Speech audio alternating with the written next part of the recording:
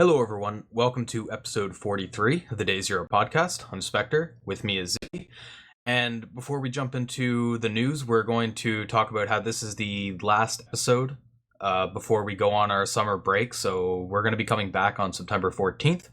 But we just wanted to kind of lead with that. That way you guys know, when next week rolls around and there's no podcast, that's why we're coming back on the 14th. That being said, we're not going to be, going off the grid for a few months. We are still going to be in the Day Zero Discord, and we might still do like blog posts and other content and stuff like that. We're just not going to be doing the scheduled streams on the Mondays until we come back. So that aside, we can jump into some news. We can get into Zoom. So we've covered Zoom on this podcast before, and actually I did forget we did want to do a shout out first. I had it moved in my notes, that's why I almost missed it. So I did actually do a blog post as well. I put it out on Saturday. The adventures of porting MUSL to PS4. So I've been doing PS4 stuff, working with the tool chain for building homebrew and stuff like that. And one of the challenges that came with that was trying to bundle a standard libc, because Sony customized their own libc and we don't have the static library. So we needed to port one. I went with MUSL, and this blog post kind of goes into the challenges that I hit with like the ABI and stuff like that. And I think there's some interesting points in there for people who are interested in the lower level details, talking about like the kernel level and getting into syscalls and stuff like that. So people who are interested in that might find that blog post interesting. So just kind of wanted to do like a self promo, I guess, at the beginning of the episode before we get into some news, because some of our viewers may find that interesting. Okay, so now we'll get into Zoom. So we've talked about Zoom before, generally in a negative light. They've been struggling in the PR department over the last month or two.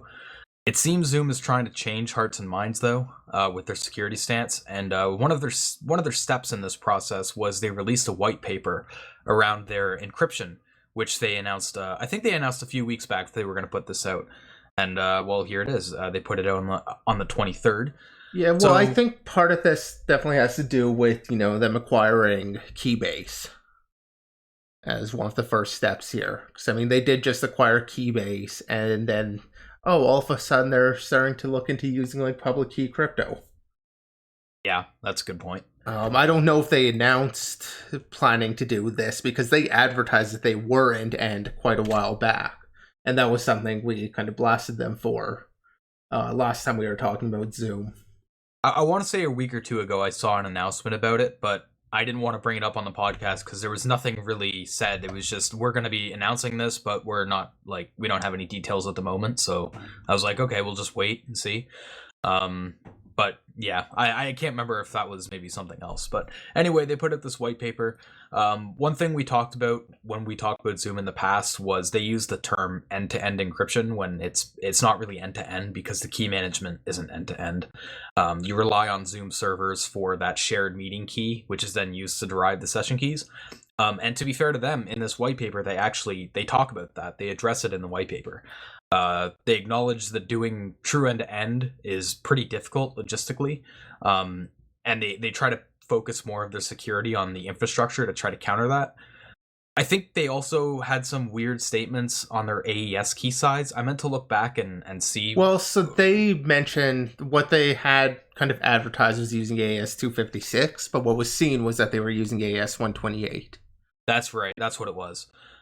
So I think now they have corrected it. In this document they do mention that they're using AES 128. So yeah, some of the things they do in this white paper, they talk about some background and a future roadmap for improving security. And the first thing they do is start out with outlining their goals and their threat model. So they consider any attackers that are like strangers to the meeting, so they don't have meeting access information, people who have meeting access information but want to do something malicious, as well as insider threats, all considered part of their threat model, which I think is pretty decent. I like that they included the insider threats angle on that too. It's expected. It is what it is. Their threat model isn't very detailed at all. No, it's kind of surface level. It's literally, I've got it up on stream here, maybe a page. If that's, it's like this bottom third of the page and then the top third of another page. Yeah. And that's their goals and threat model. That said, I mean, they do roll out with some details in their roadmap when they're talking about the different phases, like pulling out the client key management. I had mentioned them moving into using more public and private key crypto. That's where they're kind of talking about that in their phase 1 in terms of just introducing kind of that client managed keys, which is a big step forward in terms of preventing people from intercepting any of that traffic or being able to modify, read, whatever. Is just having that client managed. Phase. Yeah, they mentioned that the security here that they achieved just during that phase 1 is similar to what you get with like FaceTime or iMessage on Apple devices. Yeah. Now, one thing I did notice with phase 1 though is I think it's only supported on some clients. Like I don't think they're gonna support like browsers, dial-in, stuff like that. It's mostly just like their native, Mac OS and Windows clients and stuff like that. But I think that's something that's just for phase 1. I think they plan to address that in future phases.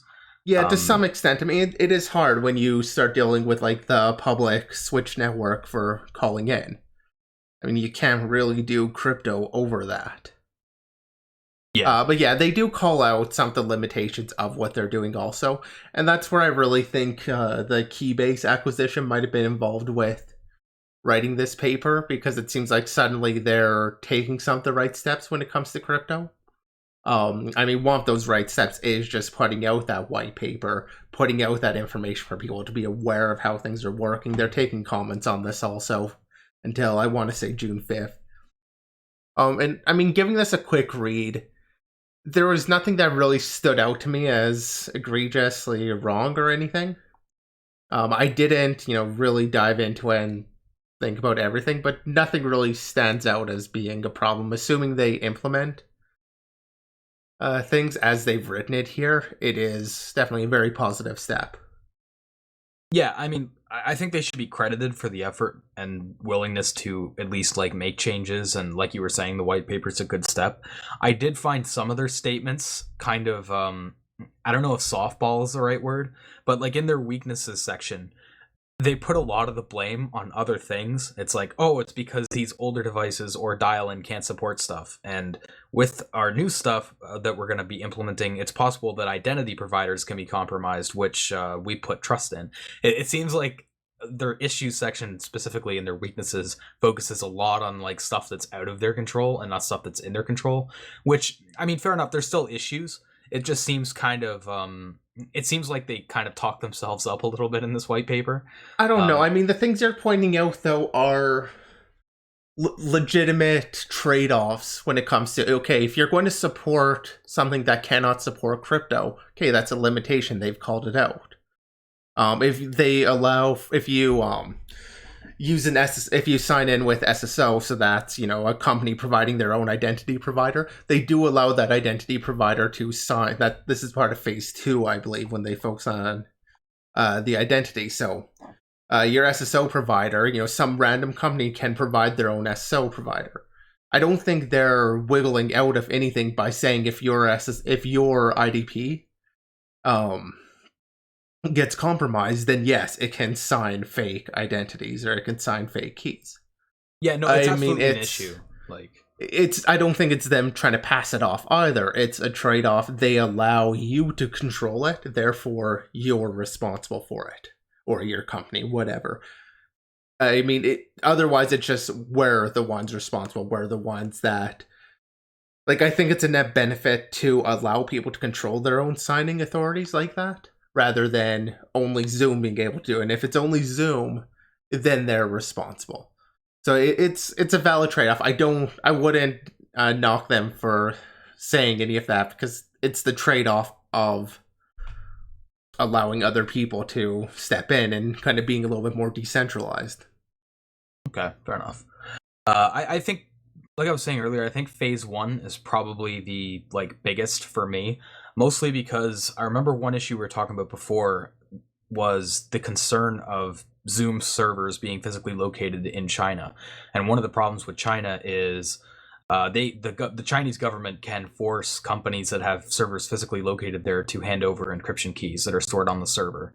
So that was a major concern with having to rely on Zoom servers for that key sharing. So part of the issue there was when it seemed like some weird routing resulted in traffic going through a Chinese server, and that included even if keys. participants weren't in China. Yeah. Yes, it kind of had that weird result, which seems like it was a bug rather than being an intentional thing. But that phase one taking, some of that. It means even if that happens, server, yeah, it's kind of like it makes it so it's not even really an issue, or it's not as much of an issue, at least. So I think phase one is probably like the most interesting one there. Yeah, well, phase one's kind of where they introduce what would be considered more or less end-to-end encryption, because the client controls the key. The client can do the encryption, and only the target's able to decrypt using their own private key. Yeah. One thing I will say is weird, though, is when you see white papers like this, you kind of expect some critique, especially you were saying like they were kind of looking for it.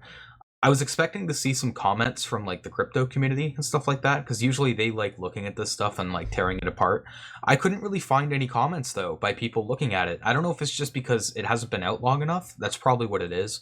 They're probably still like looking at it, and they want to research into it more before giving any criticisms. But I don't know if you saw any, but I couldn't really find like any comments on this from like crypto people. There is kind of the whole issue list here. They've got 16 open issues created with regards to, and those are kind of the official comments on the paper. That's where they ask for comments to be posted under the issues list on their GitHub. Okay, that said, I did feel like I understand why they're rushing it. It does feel like it's a pretty short period, but since they want to just get going with it and start implementing more secure crypto, I mean, it's definitely a short period for comments. At the same time, they want to start with something, and people can always create further issues anyhow after the fact. Especially considering some of the negative publicity they've gotten. I think they want to be quick to remedy that, which, they have gotten some good PR off of this, and I think it's deserved. I think it's a good step, so, yeah. And just because we've been talking about that initial phase one thing, it is worth mentioning that one of the big issues with phase one is that basically, like, a compromised server would still be able to inject private keys into the meeting participants list. So there is still a fairly significant vulnerability there. That's something that they deal with later on, but it is worth noting that there are still some issues. Like, just because those keys can be compromised, you just inject a key, and then you can kind of everybody will be encrypting their content for you and just sending it to you. But that becomes then a very obvious step. It requires an attacker to kind of actively do something rather than being able to passively eavesdrop. Yeah, it's more detectable. And they try to deal with that through later phases. So Chromium put out a blog post about their security, specifically around memory safety. So they were talking about some high-impact bugs in Chromium, and the highlight of the post is to talk about how many high-impact issues are memory corruption related, most notably use after free.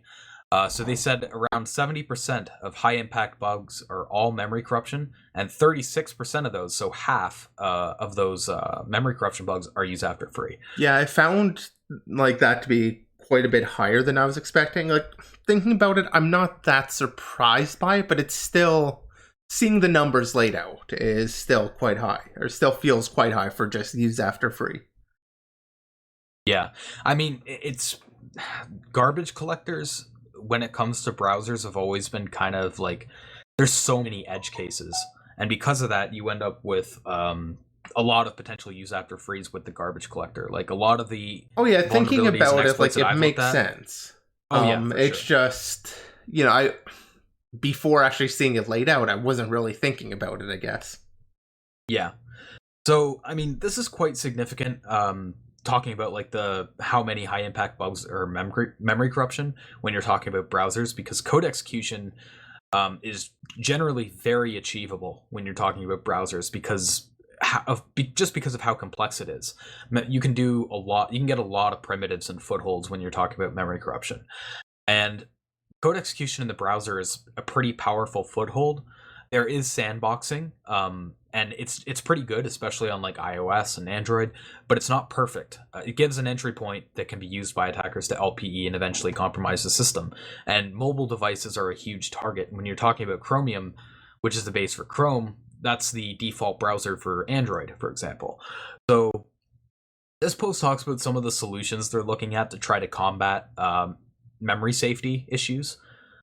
They don't go into too much detail. It's more of like a surface level list style overview of what they're trying to look into. But a few of the things they're looking at is like custom C++ libraries with garbage collecting or memory safety built in. Yeah, I will mention, you're kind of getting to the technical details, but they do have one softer thing, which is their rule of two, which I thought was interesting. It's stolen right out of Star Wars, by the way. But yeah, sorry, what was that? I didn't know that, but effectively with their rule of two, what they have is basically 3 rules, and any piece of code can violate 2 of them, but not 3. So code which processes untrusty inputs being one of those points. Code which runs with no sandbox, another one, and code written in an unsafe language, such as C or C++, being another one. So you could write code for Chrome that violates 2 of those. That's their rule of 2, which I thought was just an interesting approach. Makes sense. And I think it's doable. Like, it seems well, like it's something they've already been doing. Like, that is... It's a reasonable, like, goal, though. Like, sometimes with some of these projects, you see things that sound great in theory, but then in practice, it's, like, super hard to do. Well, but, yeah, what I'm saying is, like, doable, that's not even... Like, that's not a doable... Like, they're already doing that. That is the standard for Chromium developers.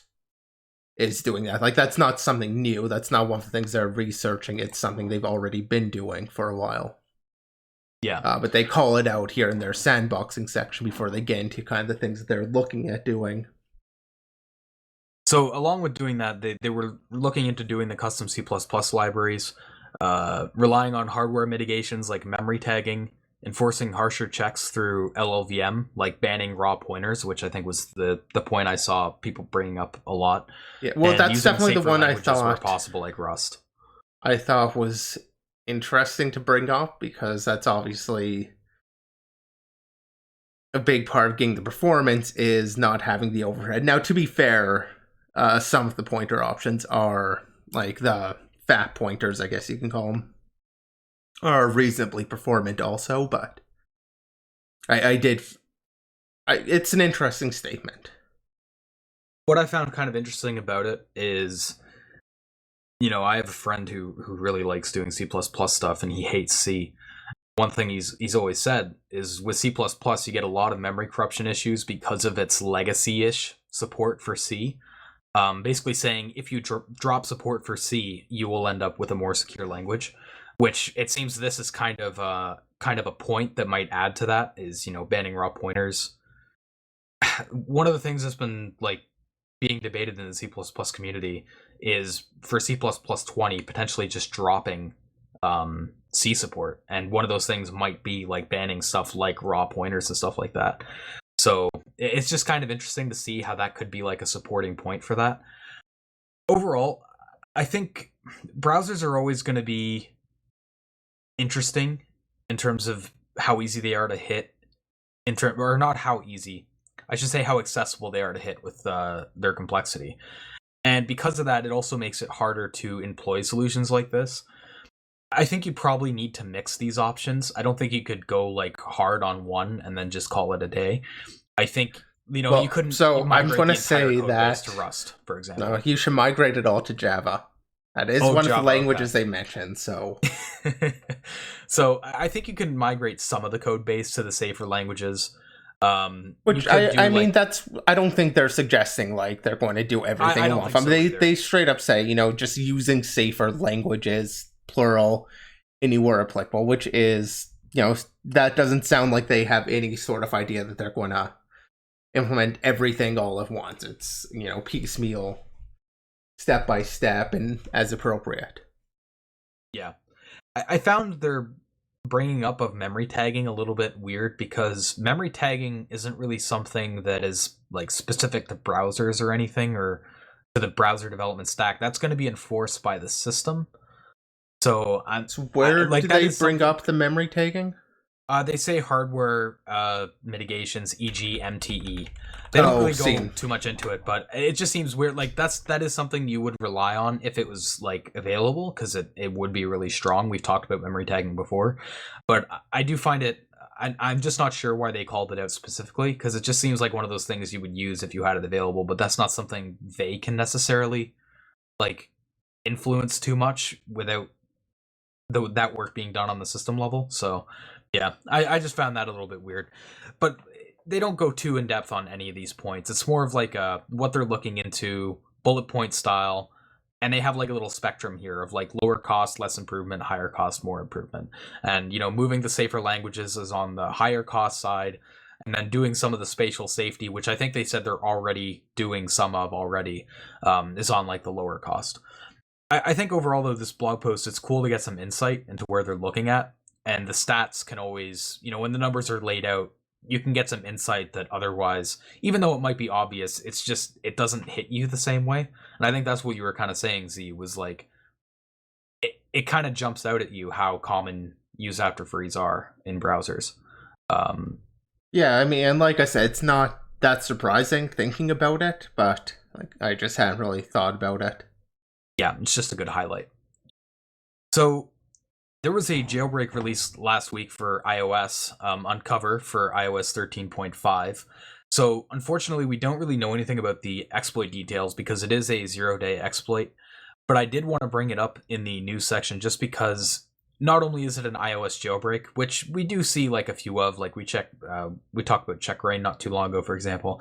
But what makes this one unique is it's the first 0-day iOS jailbreak in 6 years, I believe. I think the last 0-day jailbreak was iOS 8 with, I want to say Pangu was the name of the jailbreak that was 0-day.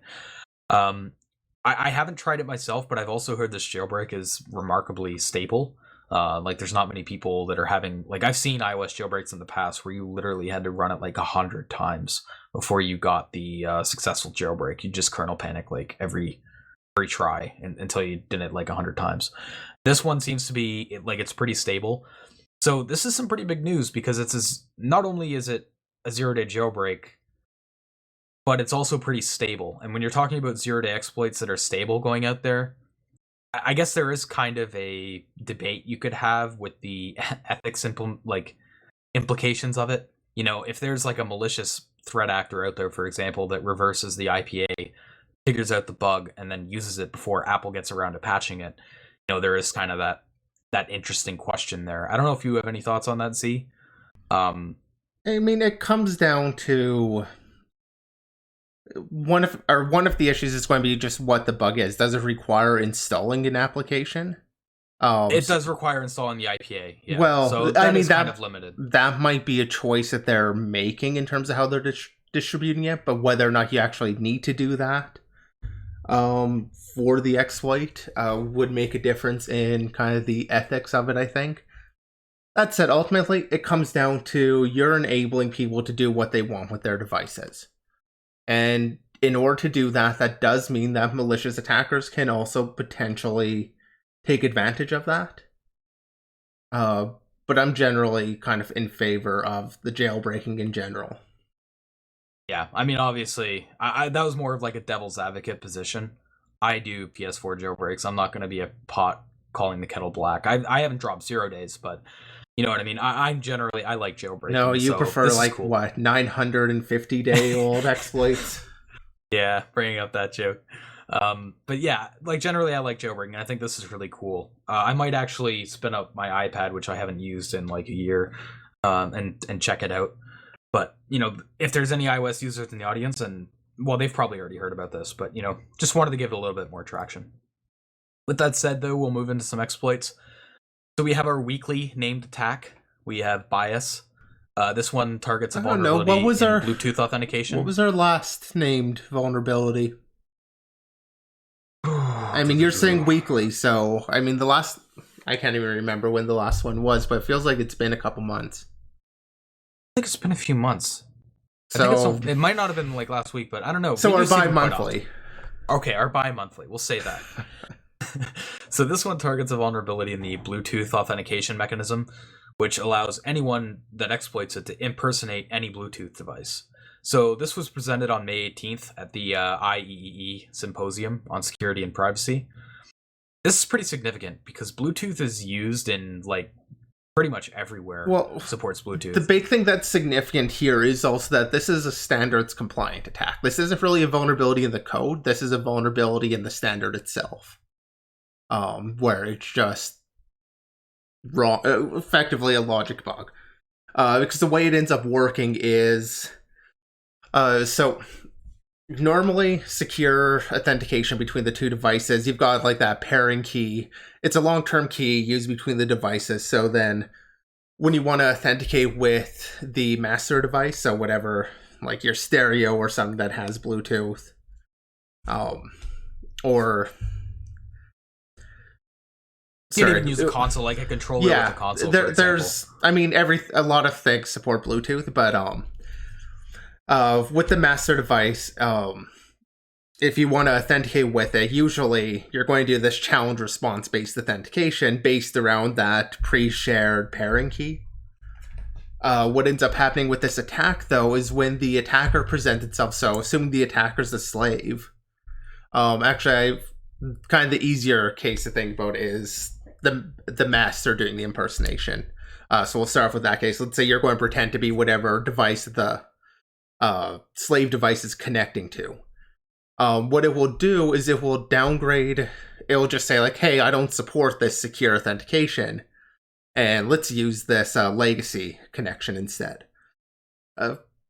Basically, like, there's no enforcement, so even if both devices support the secured authentication, you can just choose not to use it anyhow, and the master can just be like, nope, here's the legacy authentication challenge instead.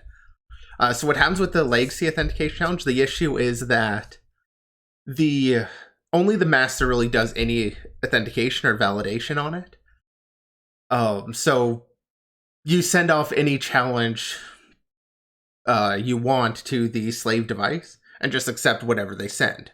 If you're the master, you can just accept it and don't actually do any validation. Since the slave doesn't actually do any validation, you can impersonate any master just by ignoring what their response is. On the other hand, if you want to impersonate your own device to be someone else, you can present as them, and then before you get the authentication challenge, you just send a rule switch command over to the master device. And you're like, nope, I want to be the master of this connection. And then you can just send the challenge off to the new slave, the old master, and continue as normal, because now the attacker, the slave, has become the new verifier of it. And so, like I mentioned, the downgrade aspect is kind of a second bit of an issue, just having to do with the fact that there's no integrity being checked on that negotiation for what type of authentication to use, and there's no force support. Like, even if they both support the secure one, neither party actually has to use it. Sound like you were going to ask something, Spectre? No, I was going to say, it seemed like that was the core of the issue, was that it wasn't enforced that both parties had to use legacy authentication if one tried to use it. There was no, like, mutual enforcement of that. The legacy authentication is just one-sided. That is the legacy authentication. Only the master does any validation of the client. Okay. So that is just what the legacy. I have there is a proper name for it. I've only written down LSC. So unfortunately, I know that's legacy. I want to say secure authentication, but I'm not exactly sure if that's the proper name for the protocol there. But so, I mean, of course, the issue had to come down to a legacy authentication mechanism. One thing I will say, though, is I found kind of interesting that I can't think of the last, like, big Bluetooth attack that can be exploited in scale like this. Can you? Like, I don't know if I've seen an attack so on Bluetooth actually, like this.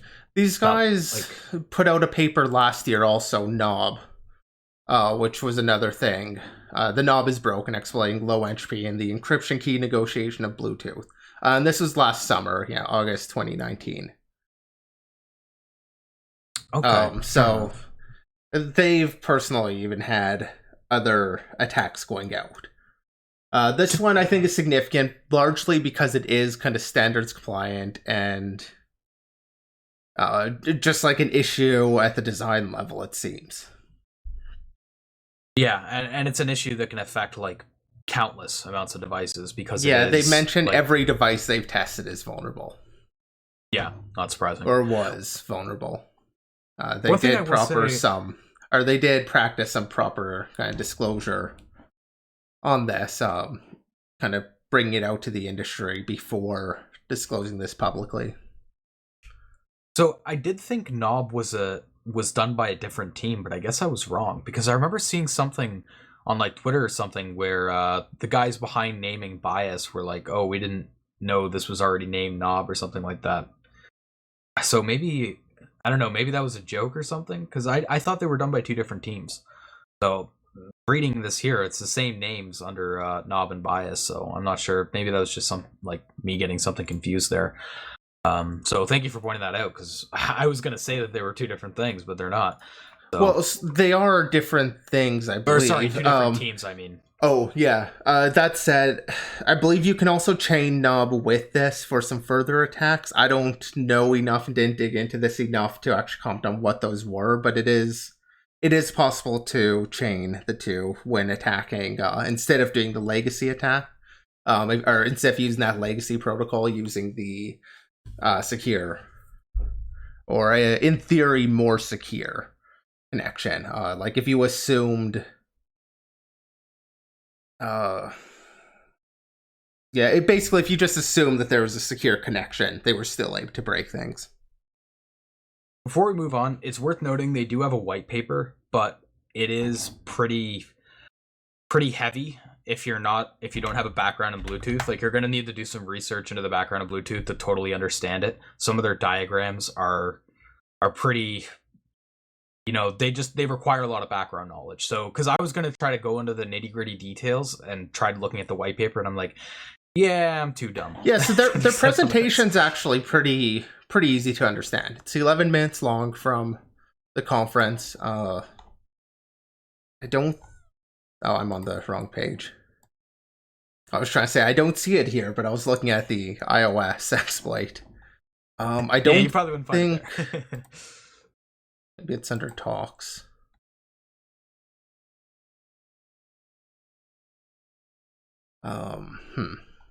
So it doesn't link to it? Doesn't look like it. At least not the link I was wanting to find. Okay, so maybe that's something we can add in the description is a link to the video where it's not on the site. There. Yeah, I mean it should be here.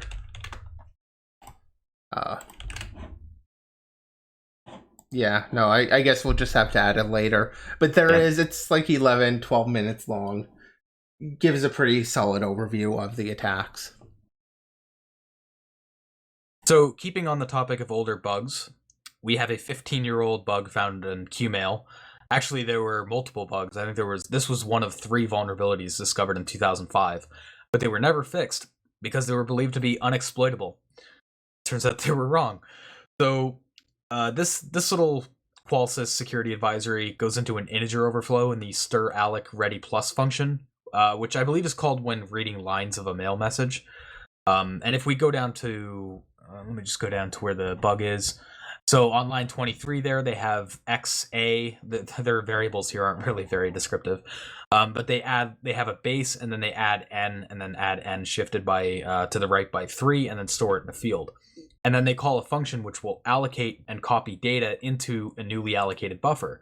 But it allocates with that calculated size, but the copy happens with just the original XA from line 21, for those who are watching. So basically you end up with a discrepancy between the size that's allocated and the size that's copied. And because of that, you get an integer overflow, which can lead to buffer overflow. So if you send a message with a header line, which is 4 gigabytes, for example, which is what they use, you can copy 4 gigabytes of data into a buffer that gets an allocation size of 512 megabytes, for example. So this is kind of tricky to exploit, sizes kind of matter here because this does take advantage. I mean, it's based on like the 32-bit size. So you need to kind of get that value going over the 4 gig limit, or the roughly 4 gig limit. So this is kind of tricky to exploit, right? Because you're talking about these large sizes, and you need to get an allocated chunk adjacent to the target chunk. Because if you have unmapped memory in between, you're going to crash. So assuming you can do that, which they did manage to do with some heap feng shui with the lengths of the message header lines, it's basically they do a heap metadata attack. And it's one that I haven't really seen before. That's probably just due to just me. It's probably like a known attack. I'm not sure if you've seen it before, Z. Yeah, I've seen it. It's been around. Like, it's relatively new, I think. MLMAP. I mean, it's. Is there a house they of include? name for it? That's what I'm trying to think of. There is no, there isn't a house of name for it. It's very similar. House of. I'm sorry, I can't remember. I want to say it's House of Force. I want to say it's really similar in it. At least I can see a relationship between this and House of Force. It's definitely not House of Force. Like, it is different from that. But just in the sense of getting, like, kind of an arbitrary pointer by the large allocation. So the way this one works is through the unmap. Effectively, you're able... when you overflow one of the chunks that's going to get freed, you set one of the bits in there saying is nmapped. So it's going to think it's nmapped when it's freeing it, so it's going to unmap it. And you also control the size that it thinks the block is, so you control the size that's going to unmap. So you could basically have it unmap everything until you start hitting like where libc is loaded. And then from there, you do another the next header. As it's reading kind of line by line, the next header should be very long and the exact size of that unmapped region, so that it gets the allocation there, where now you start controlling the data that gets written into it. And they actually do include a link to a reasonably good write-up about that, about the attack. So that'll be in the description. Out of chat, we do have one question from Kaylor Gal. I probably butchered that, but is that decompiler actual source? That is actual source. This is DJB Berenstein. I'm not sure if the pronunciation there. Reasonably well known actually for his work. I believe he's on like the NACL crypto library team and stuff. Fairly well known in crypto communities. Wrote qmail and. As you can guess, coming out with crypto, kind of a math background, math people like to write these source that uses these single letter variables. Yep. Sure. I mean, I don't know if that's why he chose it this time. It is worth noting, like, this was written in 97. Like, the last release of qmail was 98. So, I mean, there are forks, but the last release of his code. Sorry, You'll know what? I will note like how they hit that first page, the first pages of libc. Basically what they did is because qmail, the client is partial rel-row, it's not full read-only relocations, they basically just overwrite the addresses for libc functions. So they chose open and they just wrote an arbitrary address there to get code execution. Yeah, that's a good point. Like once I mentioned just kind of getting that start of libc being there, what's important there is, you do have the relocation table and stuff right at the start. So that's what they were targeting, not executable code. Yeah. And because it was partial read only. I know, rel, whatever. Yeah, that's such a weird thing to say too. Weird combination. But yeah, that's the gist of the issue. I do want to jump back a little bit, unless you have more to say about the issue itself, Spectre. I was just going to say the other thing they said was, even though it wasn't full rel-row and their attack relies on it being only partial, they do say that this strategy wouldn't work if it was full rel-row, but you could potentially hit it a different way. It's not like guaranteed to be unexploitable still. Yeah, but yeah, you can go ahead, Z. Yeah, well, I want to talk a bit more about the meta here, which I thought was more interesting. So obviously this requires a lot of memory to exploit. So when this was first reported back in 2005 by Guninsky, it was basically rejected as, nobody's going to run qmail with 4 gigs. And if you look, like Debian right now, ships with a 7 megabyte limit. So needing 4 gigs is quite a big ask. And it's worth noting, I mentioned how like the last release here was 98. It's still looked at because of this, the qmail security guarantee, and this has been updated, I think. Yeah, so now there's also $1,000 prize, but he's been offering a $500 prize. Mentions it still stands. This has been updated a few times. Like, this is the current page. Makes mention of this, the May 2005 claim that 64-bit portability problems allowed a remote exploiting qmail SMTPD. This claim is denied. Nobody gives gigabytes of memory to each qmail SMTPD process. So there's no problem with qmail's assumption that allocated array lengths fit comfortably into 32 bits. Is kind of the official response to it. So they admit it's there and then like, nope, it's not a security issue. I definitely disagree there. I mean, that's basically saying, well, you can configure it securely, therefore it's not a security issue, whereas that's just kind of like a band-aid over the fact that there is an issue. Feels like you're trying to skate away from yeah, it definitely does. Offer, and to be fair, he has paid out on some issues, not with qmail, though. He did pay out on the DJB DNS back in 2009. So, like, he has paid out on some of the issues, but I don't know, this one definitely feels like he's skating off. So one important thing to note here is Qualys. What they found also was that, well, yes, the SMTPD service was heavily limited in terms of the size it would read, or like the memory it could get. You couldn't get that 4 gigs. The qmail local is still remotely hittable and was not limited in such a way. It would just use whatever memory, so it is remotely exploitable in a default setup of from, I believe they use Debian. Yeah. So on top of that issue, they also covered some other issues towards the bottom. Ones they didn't really go through with exploiting, but they just kind of point out. So they had one that was a logic bug, which made it so it would accept unqualified mail addresses as valid because it fell back on a hard-coded default domain when not given a domain. And then the other one was an information disclosure where you can test for the existence of files in an attacker's home directory. And that's because qmail verify doesn't drop privileges before it does something there. Those details were a little bit vague. I was kind of struggling to see. And that's just because they kind of tacked it on at the end that those issues exist and they didn't really look into them. But it's worth noting that they are there. So, you know, if you want to look at some of the other issues they found. If you're interested, there is also kind of the original advisory back from 2005, which goes into kind of the issue we talked about and a secondary issue.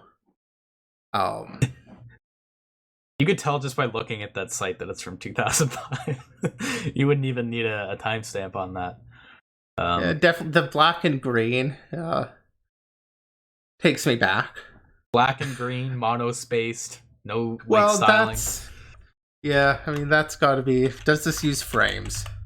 No frames, so okay, it's a little bit better. There you go. But yeah, that'll be down in the description there. No background music. I was disappointed. No, that's a little bit earlier in the 2000s. That's more like 99 to 03. Well, I guess MySpace era too, but I feel like MySpace was kind of special. Most websites weren't doing that anymore at that point, but MySpace definitely was. Fluffs in chat says 94. Yeah, I wasn't quite on the internet then, so I can't think back to it, but seems about right. But yeah, I do still want to talk a little bit on the qmail security guarantee here, though. Okay. At least, I don't know, what are your thoughts here? Like, would you agree with me in saying that seems like he is trying to kind of weasel out of just paying or at least back then, actually now too, because it is. I think I have his actual response here now. Just to answer while you're looking for it, I mean, I would agree with that it seems like he's trying to skate out, because he never said that it had to be exploitable in like a default configuration. It just said exploit it to take over another account, which you can do. I mean that. Well, so he does set some context. Like, you can't find issues in, like, the file system or TCP or DNS or something. So he does mostly set some, trying to blame, like, issues that are on the system that are external to qmail, where this is directly in qmail. It's just they kind of got lucky in the way that it's not hittable easily because of that limit. But I generally agree with you. I think that this seems like he's trying to skate away from paying out for the issue. Yeah, I mean, so my first thought actually was like, okay, last release in 98, and then they have a issue in 2005. Like, it's dead already, whatever, but it's not dead. It's still used. And it does say my offer still stands. So yeah.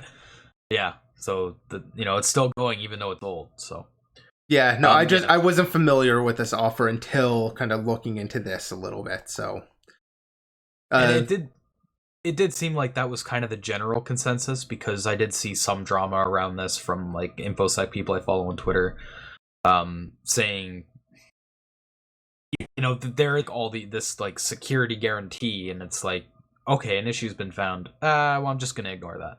Like, it's just it did seem to rub people the wrong way. So, sorry, were you gonna add something? No, I had nothing really to add. I guess that's more or less kind of my thought on it. Is when it comes down to it, it's an issue that should be fixed. You shouldn't make the assumption, especially now as people are using 64-bit a lot more frequently.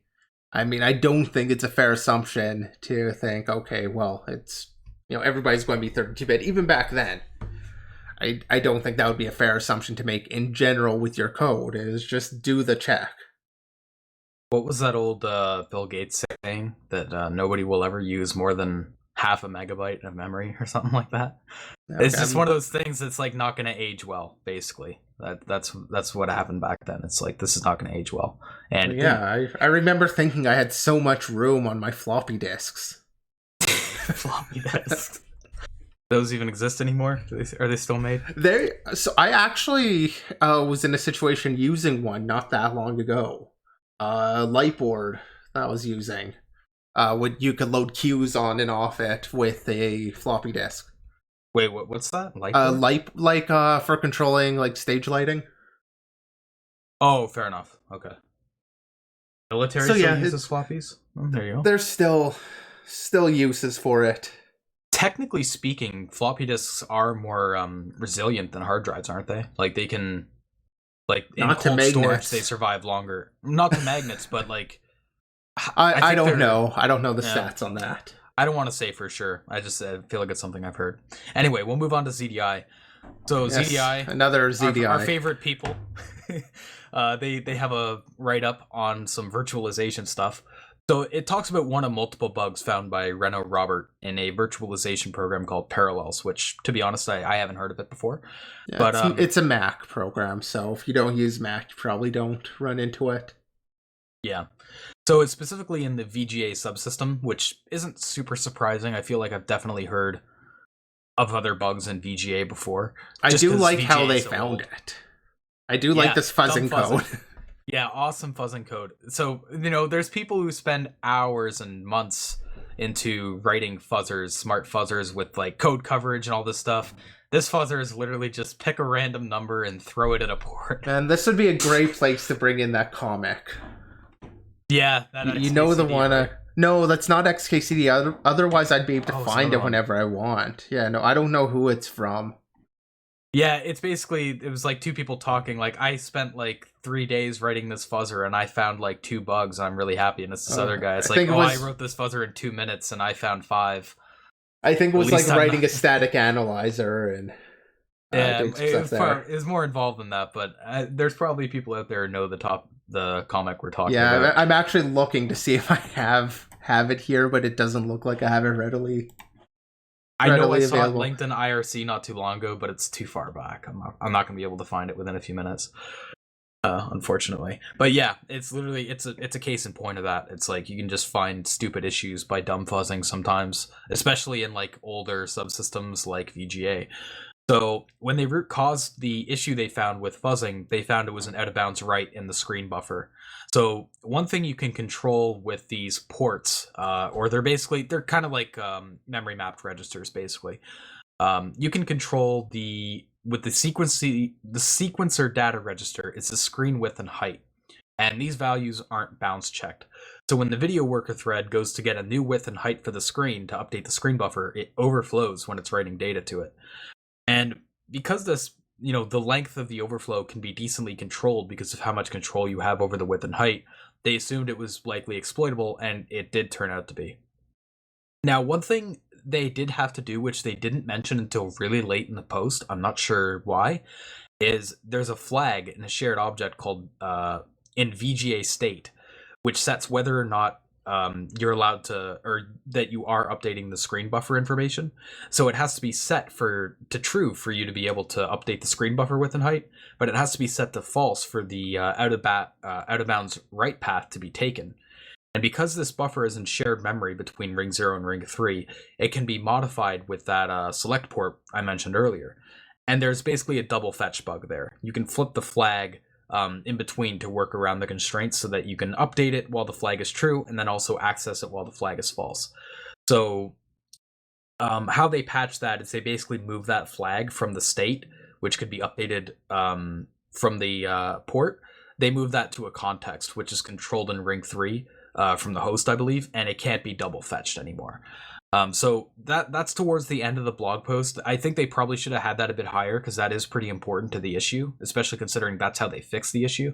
But that is, just to highlight that's basically what the core of the issue is that ability to double fetch there.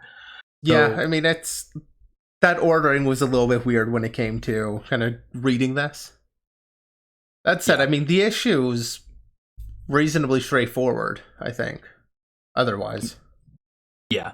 Unfortunately, they didn't really go into the exploitation details. They just kind of showed, here's the bug that we found, here's the root cause, and then they kind of stopped there. I guess this is also just how it was reported to them also. Like, it was just reported as that fuzzing script.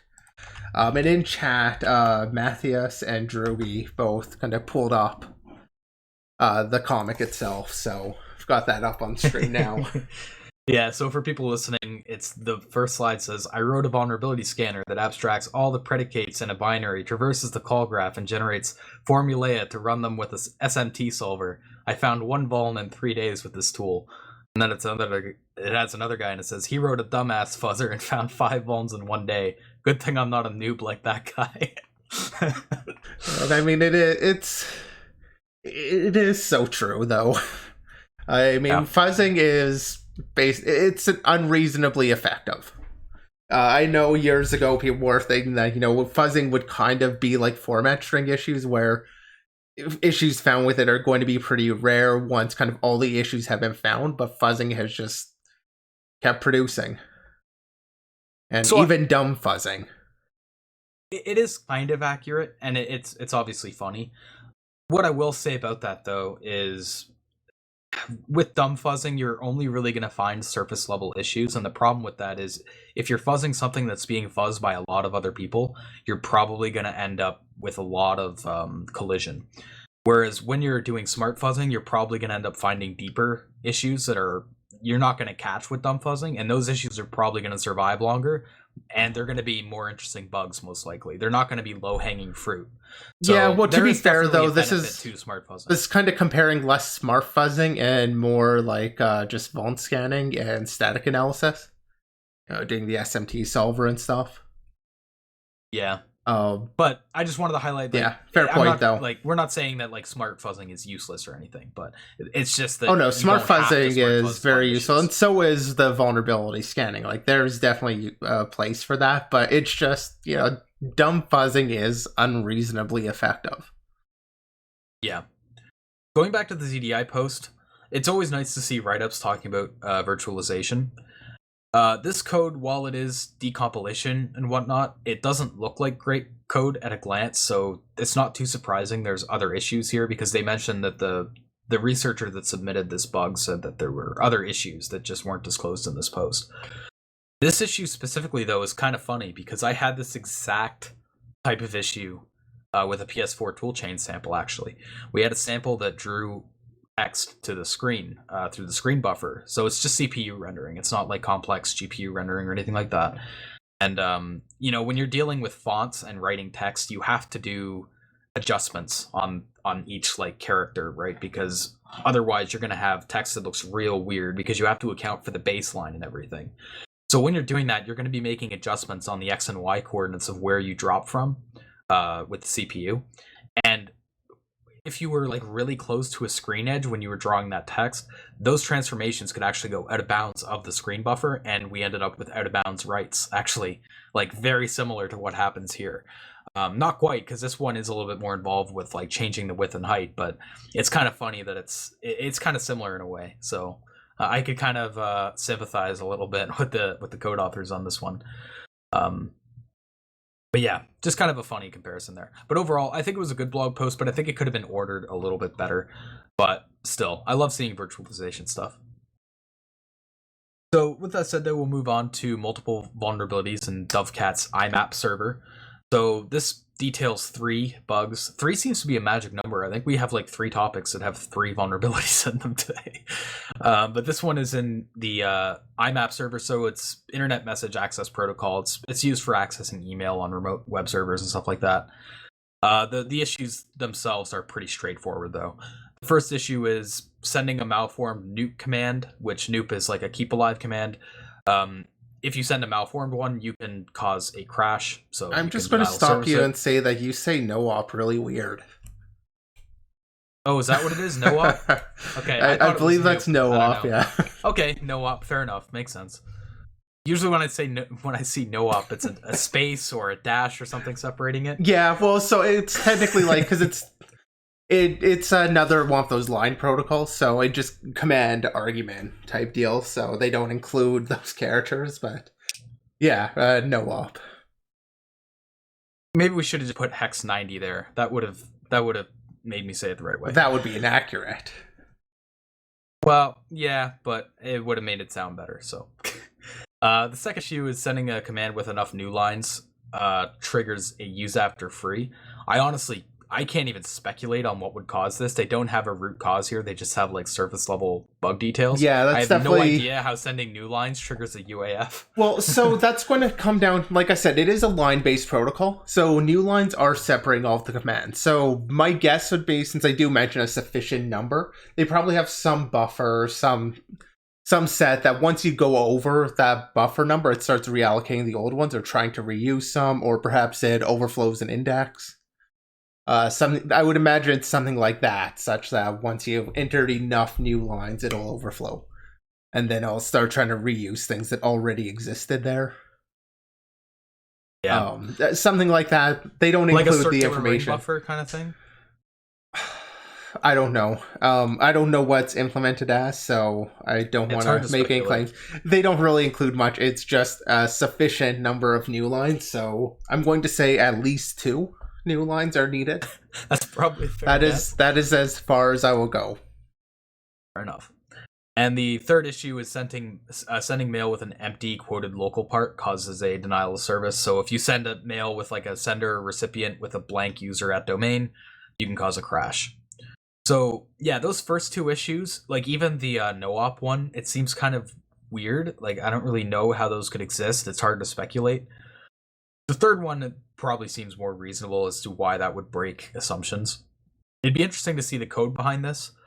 That being said, like you were saying, there's not too much detail here. It's mainly just like surface level details on each bug. But yeah, I just figured it was noteworthy. I mean, Dovecot isn't exactly unheard of or a rare piece of software to be used, so yeah. Up next, we have arbitrary file deletion through Windows error reporting. So the issue here is pretty straightforward because it's a bug we've seen in Windows a lot before. We've been seeing tons of them crop up ever since James Forshaw talked about it. Well, I want to say this is like our third one that we've talked about in Windows error reporting this year. Well, sorry, not this year, in the last 12 months. Yeah. So essentially the issue comes down to how error reporting handles event traces. when they get written to a temporary file in app data. Eventually, well, so I will mention that it's maybe the traces. It's everything that's entered in this dynamic ETW sessions registry. It has several entries in that, and those reflect folders that are then vulnerable to this attack. So he happened to have that, but he doesn't actually know what fills in these registries. So your system or a system you're targeting may use something different. He just makes mention of the registry here that gets added. Yeah. So it's whatever that... Sorry, I keep interrupting you. No problem. It's whatever that name is. In this case, it's this one trace. In your case, it may be something different. I just wanted to point that out. You can keep going. Yeah. Essentially, the issue there is in that folder that gets created, it tries to rename the file from .buff.etl to .etl when it tries to flush the event trace. But if that fails, they delete the file. And from there, it's an issue we've seen a lot before. It's a classic symbolic link attack. By crashing an application and turning the parent folder into a mount point, you can basically delete any file on the system with the same privileges as Windows error reporting. So the patch for this is system. Yeah, which is system. So the patch for this is they basically implemented a new delete file method called util delete file path, which implicitly checks the file to make sure it matches the expected path. There is also a little bonus excerpt at the begin or at the end of the article. In that flush buffered function that handles the delete, there was also a potentially more powerful primitive that could allow for arbitrary copy of file into a privileged folder. And that's because they call move file W before delete file W. So in that window, you could link the folder to like a privileged system directory, and then move something like a DLL, for example, into that directory and pull off like a DLL hijack, which is something like the attack that we covered by Ionescu and what's the other, Yafnir, I think. I'm sorry if I got that wrong. Well, but they did a similar attack the other week, like last week or the week before. Yeah, so we've the first time we talked about one of these. So the episode was When Your Errors Have Errors. I don't recall what the episode number was. But that one we kind of go into detail of one of those sorts copy attacks. Same sort of attack in Windows error reporting involving the copy. So in May, Microsoft added the new function to the error reporting codebase, which creates a random file in a path and locks the folder. So it seems like they're trying to secure Windows error reporting, because I think this blog post mentions there's been 10 reported in 2020 alone. Windows error reporting. I just pulled it up. That was episode 13. Okay. Wow, so that was a while back. That was was that when we came back from our last break? That was when we came back. It was our second episode October. Back. Yeah. So, yeah, lots in Windows error reporting, which I guess is has a little bit of irony. So, over the years, there's been so many of these symbolic link injunction attacks that they're no longer even considered in scope of Microsoft's bounty program, partially because I think they're working on it, like with that function I just mentioned that like locks the folder. They're trying to work on it, but I don't think they're going to be paying out for any like newly submitted issues for this stuff. And that's fair. Like when you get such a high volume of bugs because of something so trivial, I think it's fair that they don't like keep pouring money into it. At least as long as they are working on it, I do think that's fair. I mean, that is one of the challenges. I recently was talking with somebody about, like, why do some companies have a vulnerability program, but then they don't actually pay anything?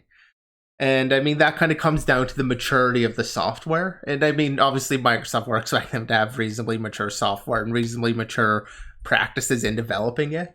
But I do think this is one of those cases where it's so common, there is a solution, that they just need the time to go through doing that. I do think it's fair if they stop paying out for them.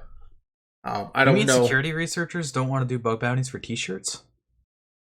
You know what? So so if you want to get into that discussion, like, I think it's fair for companies to not have a bounty, especially when they're first getting started, if they do have bad code. That's not, obviously not having a bounty isn't going to encourage a lot of people to test. but at least they have a program so that those interested in testing, can report and have no issues. And then as their program matures, they deal with those low-hanging fruits, and they're not just going to be bleeding money because of the bounty. They can start offering actual money, or some companies just never officially offer money, but do still pay out for bounties. They just don't commit themselves to paying out. Yeah, no, I was mostly joking. Like, as long as it's clearly outlined that they're not, like, doing any payouts or anything, I think it's fair. Yeah, no, I mean, just, adding a bounty is Sony. It's part of the maturity process of a security program. Bad code is written, especially early on. People aren't thinking about it. They mature, they add the bounty in after they've had some time to mature. Like, I think it's completely fair. It is a bit more inexcusable when you do have these large companies. Like, I know one of the first kind of outrages that I saw of the community was with Yahoo. But Sony, I think, is down. Like, there are, I think IBM, I don't think they pay out any bounties. There are definitely some big names that should be paying out bounties, that should have a mature enough program, that don't. But bottom line with the Microsoft one is they're not going to be paying for those low-hanging fruits anymore. So, you probably might want to start looking for something else if you're in the Windows area. Well, so if you wanted to look for this type of issue, antivirus. That would be where that's where I would start looking, because that's where you're still going to be able to get those privilege escalations, and some of them do still pay out. Though there's probably even lower hanging fruit issues in antiviruses. They're pretty terrible. But yeah, that is something you could keep on your radar. So we talk about NordVPN a decent amount, like not every episode. We talked about them a few times. At the end of last year. We were really talking about them. Yeah. Especially because of that key leak. Yep. So here we have a HackerOne report that was partially disclosed. Now I think this is the first one we've ever covered that's only been partially disclosed. And it's about a chain of 5 bugs that allowed privilege escalation in the macOS client. There's not many details because it's only a limited disclosure, but reading the summary provided by Nord, by chaining all 5 of them together, they can create an XPC connection with a privileged helper. Kind of like that Adobe bug we covered last week. This is extremely similar to that issue, actually. And then they can send a message to the binary opened at a controlled location with a symlink, and that symlink can then be erased by swapping it with a malicious file, and you can get NordVPN to execute his file as root. Yeah, it's basically the exact same attack as the Adobe Reader issue. I think it was Reader, right? Well, it was Acrobat Reader. That was last week. And this one, it seems like it's supposed to be executing NordVPN, like actual NordVPN binary. That's what you're erasing, which is very similar, like mentioned to the last week one where I was trying to run the updater. Yep.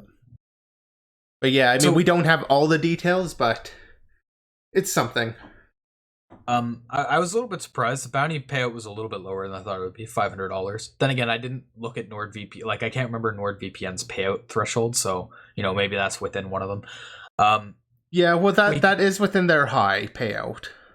Yeah, so fair enough. So we can't see comments or any Z details, but I think it's reasonable to expect, just because of how similar this issue was to the Adobe one, it's possible that the researcher that reported this issue saw that Adobe write-up and then tried it on NordVPN and discovered they were vulnerable to it as well. Because this was only disclosed on the 22nd. This was only that long ago. Disclosed, but it was reported 5 months ago. Oh, okay, fair enough. So I don't. That long ago. Yeah, I don't think they had access to the Adobe one, which would have just been released at least publicly the week. Maybe, but I don't think it's reasonable to expect that. No, that's a fair point. I guess it's just a coincidence. That's just weird that 2 weeks back to back, we get issues that are. Yeah, I mean, there could be some reason why people started looking at those XPC connections that were just missing. That could have there could have been some reason why multiple people started looking at that recently. I'm not sure when the Adobe one was actually reported. I know we covered it as it's disclosed, but as it's reported, I'm not sure. Yeah. So keeping on the HackerOne train, we've got a race condition in activating email, which results in infinite power no, infinite amount of diamonds received in the Forge of Empires game and the registration process. Basically, when you register, you get 50 in-game currency for confirming your email, and you can guess where this is going, given by the title being race condition. The link to confirm the email would increment the currency count before actually setting the email as verified. So if you sent a bunch of requests in parallel, you could get more in-game currency than you should have been able to. This is like an issue that we've talked about before. This reminds me of like there was a similar issue in CTF platforms where you could submit flags multiple times before they were marked as completed in the CTF platform. So we've definitely seen issues like this in the past. But I will say this is the first time I can remember seeing it affecting microtransactions in games, though. Well, this has more of like a financial impact than some of the It has a financial impact on the microtransactions. I mean, the issue itself is just confirming your email. Like that's the action, which isn't really microtransaction related. It just happens to have that impact of adding in-game currency. Yeah, like people won't be buying those microtransactions if they exploit this issue, or they'll be buying less. Like it's the first issue like this that I can see having financial impact. Which okay, see, so it has existed also in like cloud platforms, in spinning up certain machines. It's been possible to do this sort of attack. Oh, okay. So there have been some very expensive cases of this sort of thing, or potentially expensive cases. Okay.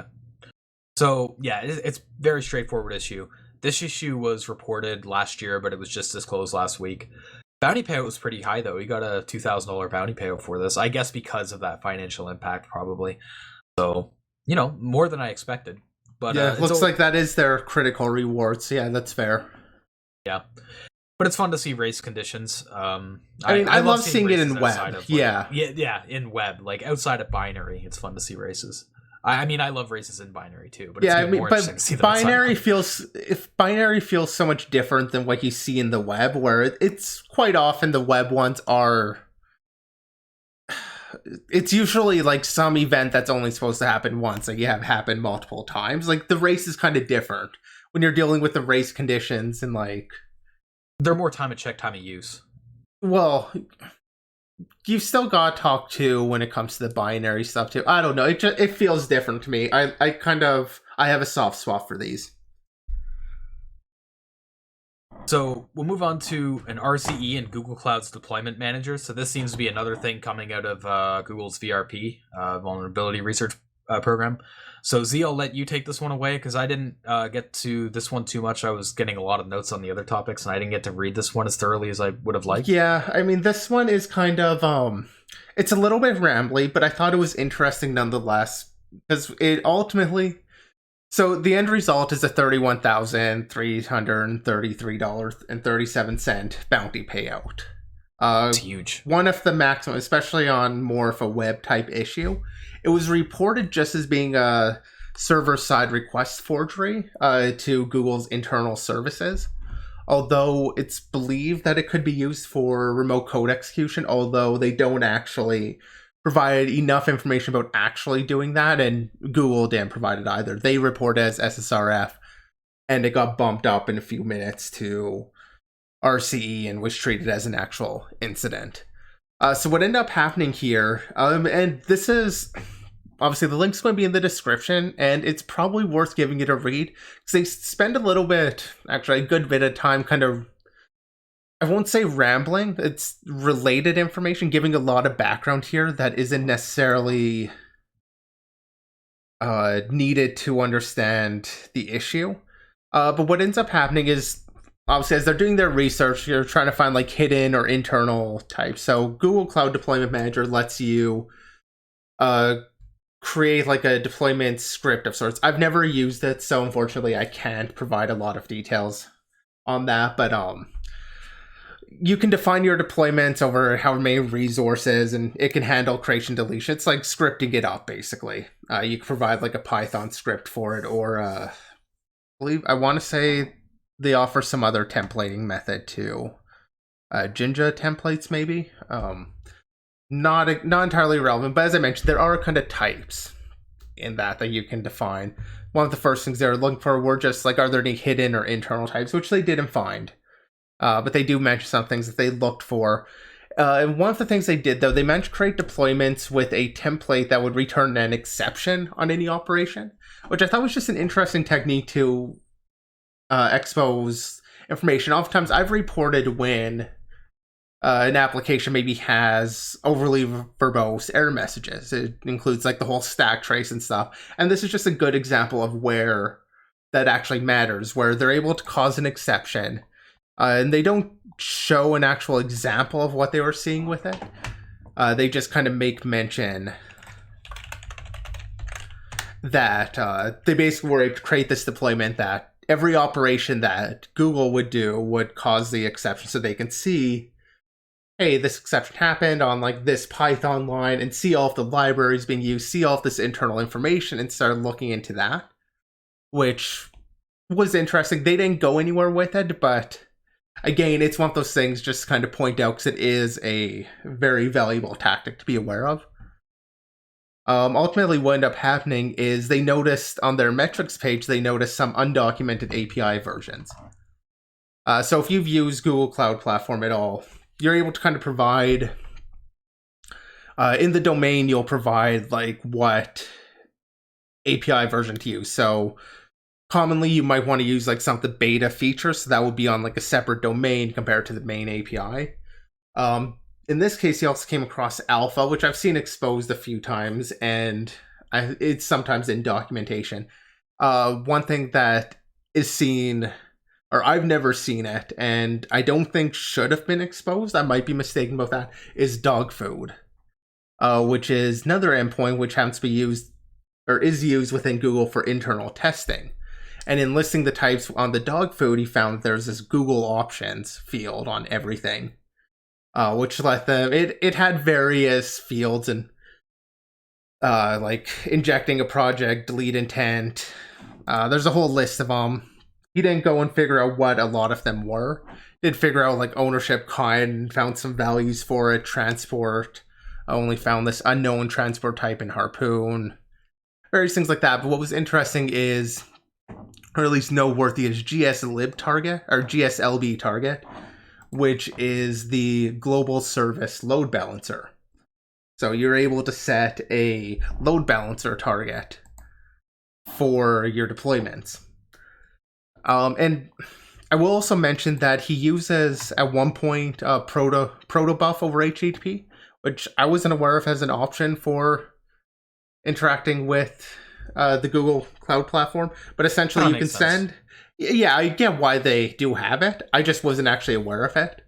But yeah, you can communicate over using protobuf instead of like normal well, it is still over HTTP, but instead of doing like the JSON, you can use protobuf.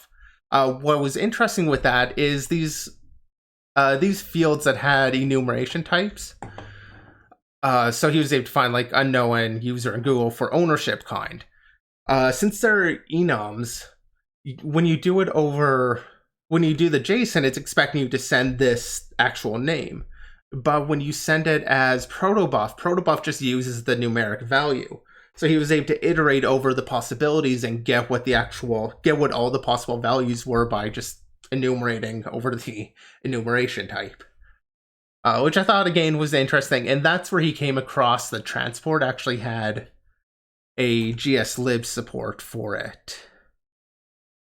Trying to find it here.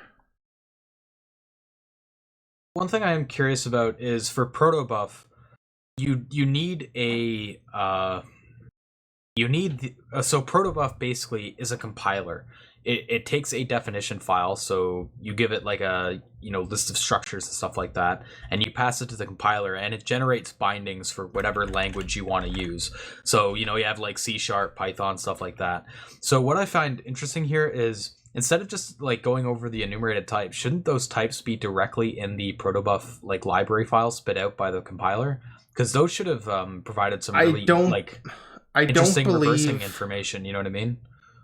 I don't believe he had access to that. Had to send just kind of the serialized data. Yeah, but you would need that to serialize the data though. So that's why I'm kind of wondering like. Well, you can kind of figure that out on your own though too, because you know what the JSON is. You know what's kind of being expected there. You do get the list, so you do know like it's a string, it's an integer, and those sorts of values. So you would be able to figure that out. Okay. At least he doesn't make any mention of having access to that. Anyway, so he finds, seems like if he did have access to that, it would be kind of like that would is provide, something you really want to look at. It would provide a lot of good information. It would, but I imagine any that would have been provided, like if Google does provide it, would be using the public API, not this dog food one, because this whole Google options is definitely an internal thing. Like it's not supposed to be exposed. Okay. But anyway, what he ended up finding there was this GSLib is one of the transport options. So creating something, GSLib is the transport option, and setting that, sorry, I keep saying GSLib, but the GSLB, and setting the target that we had already pointed out. By setting those, he was able to start making internal requests to internal Google services, basically. And that's at the point where he submitted a VRP ticket, which was triaged, and they basically said, we need to look into this a bit, and I think it's RCE. So they converted it from the ticket just into a proper bug, upgraded it, as I mentioned, I think earlier, P0S0, treated it as, a proper incident, and paid out the 31,000 bounty. So obviously, given that payout, it is a pretty high impact bug. But one of the other things is, like, near the beginning, you were saying they provide a lot of background information, even to the point where it's not necessarily needed to understand the issue. And that's one reason to shout this out too, is, getting that information from like people's experience reversing and just playing with stuff gives some really nice background knowledge that you otherwise would probably struggle to obtain if you're trying to like break into an area. So that might be worth checking out just for like the background information alone, even like leaving the issue aside. So, yeah, I mean, there are some issues when it comes to like what information you include in a write-up or versus just being very concise. You want to strike a balance. It's I don't feel like this one really strikes that balance. You think it gives too much? I feel like it's too specialized, I guess, to like specific. I don't know. I mean, like I said at the start, I do think it's worth reading if you're interested in this, but at the same time, I don't know. It's not like, I don't think it's an amazing write-up. Okay. That said, I will also mention that they do believe like the RC possibility does come from one of the exposed services, like service, or like the deployment manager's delegator. So like the service account. I believe that's where they think you might be able to get the code execution from. You'd be able to get some tokens. But they don't actually have the details on all of that. So one thing that seems nice with VRP is if you look in the disclosure timeline, for example, and I think this isn't the only case, I think we've seen other cases like this. This issue was only like reported and fixed this month. I think it was reported on like the 5th, and then, the 7th, and then it was fixed on the 20th. And we're hearing about it. And when was this post published? It wasn't today. It was published the 21st. So one day after it was fixed. So like when you're looking at like HackerOne and stuff like that, a lot of those reports, a lot of them, it's like months or even up to like a year or 2 years between the issue being fixed and you actually like being able to see it, like it hitting public disclosure. With VRP, it seems like as soon as the issue is fixed, Google doesn't mind you talking about it. So that is one thing like that I do kind of like with VRP, is I like being able to like get the detail. Like, maybe that's just selfish of me, but I do like being able to see the details as soon as it's fixed, kind of thing. Especially in something like Google Cloud, where it's it's not like people need to patch things. It's all done on the cloud. So yeah, well, that's kind of I think doing it. One of the key differences is when you've got something like Google, when you've got a live application, you're able to like you fix this and it's fixed for everybody. There's no delay. Yeah. Everybody gets patched at the same time. So like nobody's vulnerable anymore. Everything's good. It's definitely very different when we're talking about applications that do need to be updated. I get kind of having a little bit of lag time. That said, a lot of things on HackerOne are very similar. They could be fixed immediately for everybody, and they are fixed for everybody, and they still just don't allow disclosure. That's actually something I was thinking about when we were talking about was it HackerOne? There was some controversy. Maybe it was Bugcrowd. But I feel like it might have been something with HackerOne. Something got reported, and then they rejected it, and then the Finder full disclosed it, and people weren't happy about that. And I feel like, somewhere like HackerOne, they could start pushing for companies to have those public disclosures. Like, I do think if they had a system where it's like, you join HackerOne, okay, you don't have to disclose things, you can still hold back on it, but then they had to encourage, like, okay, in 1 year time, you have to be disclosing, say, a quarter of all of your reports, and kind of working people towards having greater disclosure. Like, I feel like HackerOne would be in a really good position to start enforcing that better practice by encouraging companies to mature their process rather than just keeping them wherever they want, wherever they're at. Yeah, they're in that kind of position. Taking a question at chat, Razzie Wu, the reward of $31,337 is a very specific number. Always wondered what goes into deciding such an amount. Google VRP payouts are always going to consist of 1, 3s, and 7s. I'm not sure why. It's kind of cheesy, but I guess it's basically their way to watermark, I guess, the bounty payouts. So you'll see like $137 or $1,337 or $13,337. Like, it's always going to be it's always going to include 1337 in it if possible. I mean, that's why you see 31337. So, like, you do recognize that that's leaked, right? Like, yeah, okay, because you didn't mention that, and I'm thinking, like, you do know that number, right? I do think it is like kind of silly that they do that, though. Like, I mean, that's kind of like that number still came out back when Google still had the when I say that number, like, that is a bounty from Google, was still like a thing back when they still had like the "Don't be evil" or whatever tagline. How long has it been now since they've had that? But they don't have that anymore. Or no, I know, but like, how long has it been since the Google bounty? I don't know. I'd have to go look that up. I feel like it's been quite a while. That said, my point was more, I feel like Google was a different company when that started. It was still kind of that... It wasn't corporatized all the way. Yeah. Yeah, so, like, the fact that they used Leet at the time, and Leet was also a little bit more commonplace to use, too. I don't see anybody really use it anymore. Yeah, neither do I. Whereas, in the mid-2000s, it still was. It was all a rage.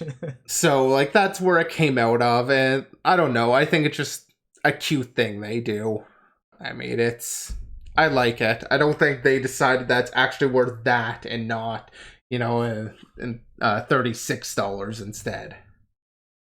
Yeah, I mean, it's kind of silly, but it is kind of like that like embedded mark, I guess. Like, if you see a payout that ends with 337, it's a VRP payout. Like, there's no other. It's a Google VRP. Yeah. Yeah. So it's kind of like a watermark in the bounty payouts, which is kind of neat. It's not like they need a watermark in bounty payouts. They don't need one, but that's a benefit. It's their thing. Yeah. Actually, I have seen some other companies do that. I couldn't name them offhand, but I have seen it. Oh, okay. So getting into QNAP, this one is our third article going into 3 vulnerabilities.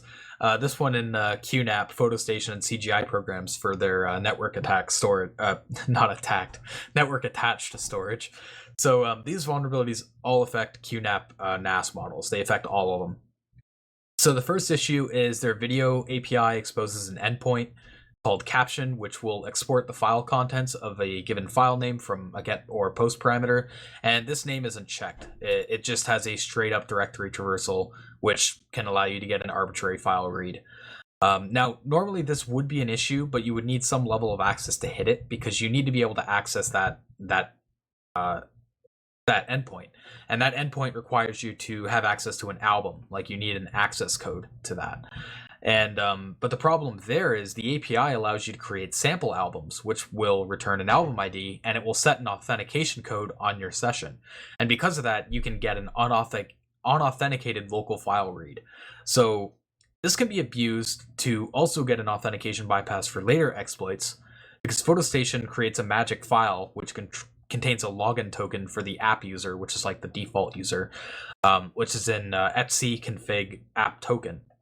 But while this token is encrypted, it's also cached somewhere else in share multimedia thumb ps.app.token. So you can then steal this plaintext token to be able to authenticate as app user. And that's kind of important because the other issues are behind that additional authentication check. So you need that authentication bypass. So the second issue is a PHP injection bug in the SMTP settings in the control panel for setting an email, probably to send images out to or whatever upon uploading images. This email field doesn't have any filtering. You can straight up just inject PHP code into the session. So another low-hanging fruit issue. And then the third issue is kind of similar to the first one. You inject the PHP code, but you still need to be able to execute it. Having PHP code in the session is nothing, and I believe that's still a valid email. I always hate it when I don't know for sure. I believe that is a valid email. I can't see any reason why it wouldn't be, unless the angle brackets possibly. I don't think those are valid email characters, but I could be wrong. Well, email is very, very open. Permissive. And I hate it when places try to be smart with validating their emails. Just send the email. Because I get rejected because I have two subdomain, or I have a subdomain actually, not even using two of them in place. Will be nope, it has too many dots in it. Too many dots. Too many dots. Well, basically, yeah, it'll reject it because of the subdomain there, or that's a little bit too much. Well, or because I have a dash in it is another really common one. Yeah, really silly. So I don't necessarily blame them for not checking for PHP code in the email. It's going to send, and if it bounces, it bounces. So you disagree with that being an issue? No, this can be used to get an issue, but so the later issue though is being able to, control kind of where the session ends up getting written to a location you can control. And that, I believe, is an issue. Just having PHP code in the session won't execute anything. And as we'll know, that does get set, apparently, in the session itself. But this next issue that comes up, it will do this file put contents, and then it will have this music station session path. And it creates a session file name based on the session ID, and it encodes the session and writes it to it. Which also isn't, strictly speaking, a huge issue under most circumstances. It seems like a really weird feature to have because PHP does do this automatically. It saves the ses_session ID files by default it saves them in /temp. So I don't get why they're manually saving sessions. It seems like it's related to the sample because this is in that sample album code again. So it seems like it's probably related to that. I'd probably understand more if I was familiar with the application. But it's the fact that they write that, and then the fact they don't validate that session ID at all. So because that session ID is just based off of your session token, like the cookie, you can set that to any value you want, including a directory traversal. So you can traverse your way out of that session area and save your own file. And so if you set the path to something like, the web root, in a PHP file, it's going to save your session, including that PHP code you injected elsewhere. It's going to write that out to a .php file, which will then execute. So the issue comes down, one is trusting the session ID. The other issue, I think, though, and it isn't actually mentioned here, is what they should be doing is on a new session, you don't trust the session ID that users give you, or you shouldn't, because that leads to session fixation.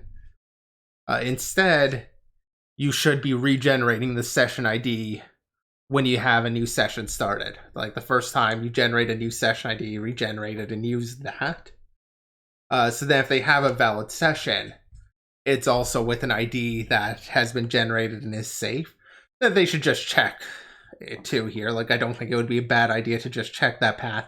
But if they were regenerating session IDs, this wouldn't be an issue. So, go ahead. So by chaining all of these issues, you can essentially end up with a web shell. And the cherry on the cake of this article is the web server runs as root. So QNAP did fix these issues. It did take them a pretty long time, though, because if you look at the timeline, it says these issues were reported in the middle of August last year, and they were fixed like middle of December. Looks like they were reported June, actually, June 14th. Yeah, sorry, June. So June 14th, and then they weren't fixed until December 16th. So it took quite a while for them to be fixed. Now, that could be just they're related to an update cycle. I don't know how frequently QNAP puts out updates. But it could be related to that. I don't think, like, because this is mostly like network attached storage devices. At least that's what I know QNAP for. I think they might also do routers. But I know them for their NAS devices. And this impacts their NAS model. So I don't think that's something that, has like a 6-week update cycle. Yeah, so it could be related to just their next major revision was to be on this date, or they had already code freeze for the next one, so it had to be skipped one or whatever. 6 months is still a long time. It's still a long time. I'm just trying to explain kind of a case where that could have happened. Play some devil's advocate, yeah. Because, I mean, this isn't a web app. Well, it is a web app, but it's not like they can just force a patch on everybody. Yeah. So the author stated that there is probably going to be more high-impact CVEs coming for QNAP in the future. I mean, if they have this issue, they've probably got more. Yeah, these are pretty low-hanging fruit. And he even gives a hint. He's like, if you want somewhere to look at more of that session ID stuff, and you probably get more 0 days, which indicates that he probably knows of some other issues related to that session ID. Yeah, if they do that, points that do directory traversal. Yeah, because it's a really weird thing to do, because PHP does handle sessions for you already. The fact that they're trying to write files based on the session IDs just seems really weird. Yeah, it's just kind of I don't know if a code smell is the right word for it, but when you see something weird like that, it's definitely calls for like an investigation into it. Yeah, and you end up finding weird issues like that.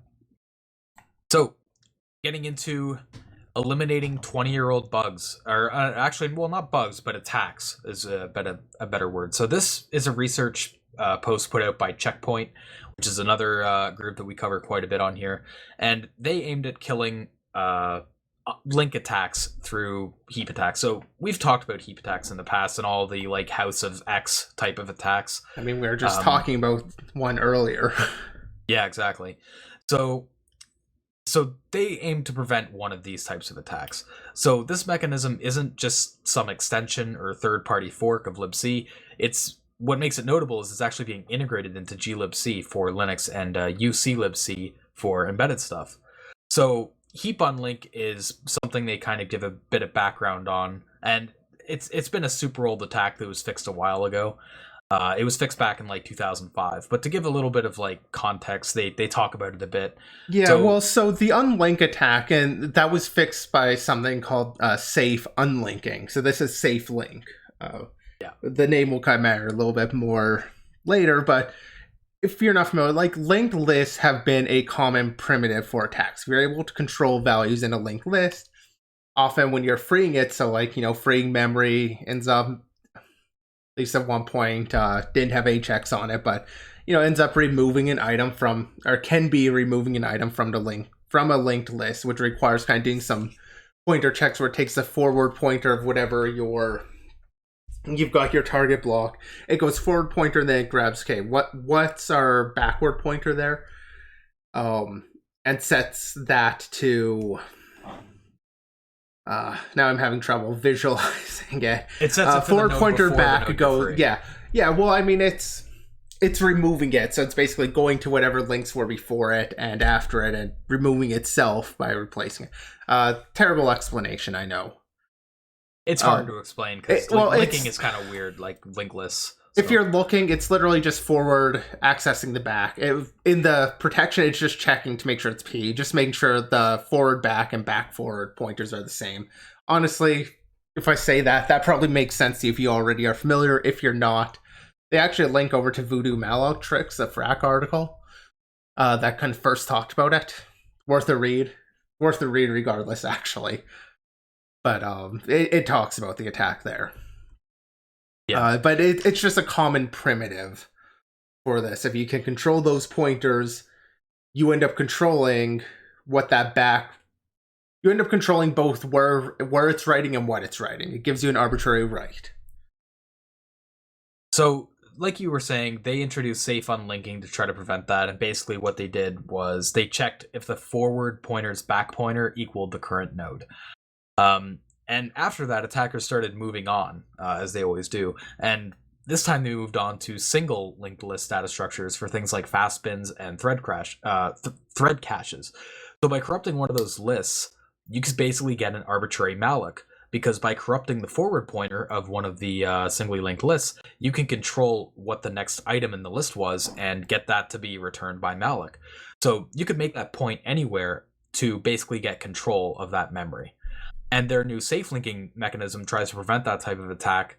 And they do a few things there. Their goal is to prevent partial pointer overwrite attacks, full pointer overwrites, unaligned chunks, and all of these on like any of the linked list nodes. And they basically use this, they do this by making use of ASLR's randomness to kind of sign the pointers. So they create a key based on the random bits used for randomizing the heap to do kind of like a ghetto pointer authentication.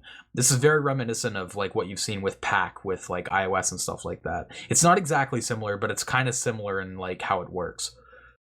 So to be clear, so you say they create a key. That's not a separate value though. The key is part of the original address, correct? Just to make sure I understood this correctly. Because my understanding was that the key is where ASLR randomly ends up putting the heap. Yeah, effectively. That's more accurate. Okay. Yeah, sorry. Well, you mentioned a key, so I was thinking maybe I missed where they actually do a key generation or something. But yeah. Okay, so they reuse that value. What they end up doing is XORing. They shift the address a byte and a nibble over to the right. So 12 bits. I decided to say that weird, I guess. But they shifted over 12 bits and then XOR with the original address, and that new result becomes their encoded or their tagged pointer. Yeah. So on its own, this would be pretty annoying to get around as an attacker, but they also went a step further and they verified the alignment of the pointer, so you couldn't do like a partial overwrite, for example, or pull off some of the previous tricks like overwriting the malloc hook via fastbin is one they mentioned. So the challenge with that is just you have to point it somewhere that also is aligned on like to the same chunk amount. So that limits where you can point it. It doesn't mean you can't do it. It just, is a very significant limitation on where you can point it. So like in the example we've got here, whatever address you wanted, they would have to have something that can be XORed by the 3 there. Like basically the 3 would have to be included in it so that it became the 0. Yeah. So like whatever you choose to target needs to be like that. So the question with these mitigations is always what's the cost in terms of performance. It seems here it's not that high. They said they only added like 3 instructions in both malloc and free. And they said I think they said like 1 billion tests on a virtual CPU on Google Cloud Platform. There wasn't even a measurable difference. So this isn't going to entirely kill like heap metadata attacks, but you're going to need an info leak to get around this mitigation most likely, so you can get that like signing. Yeah, and I'm going to call it a signing key, basically, as it were. Yeah, and that I think is the big issue here. Or I guess I should say that's the way you kind of defeat this, and you're probably in a lot of cases already going to need an info leak in a lot of attacks.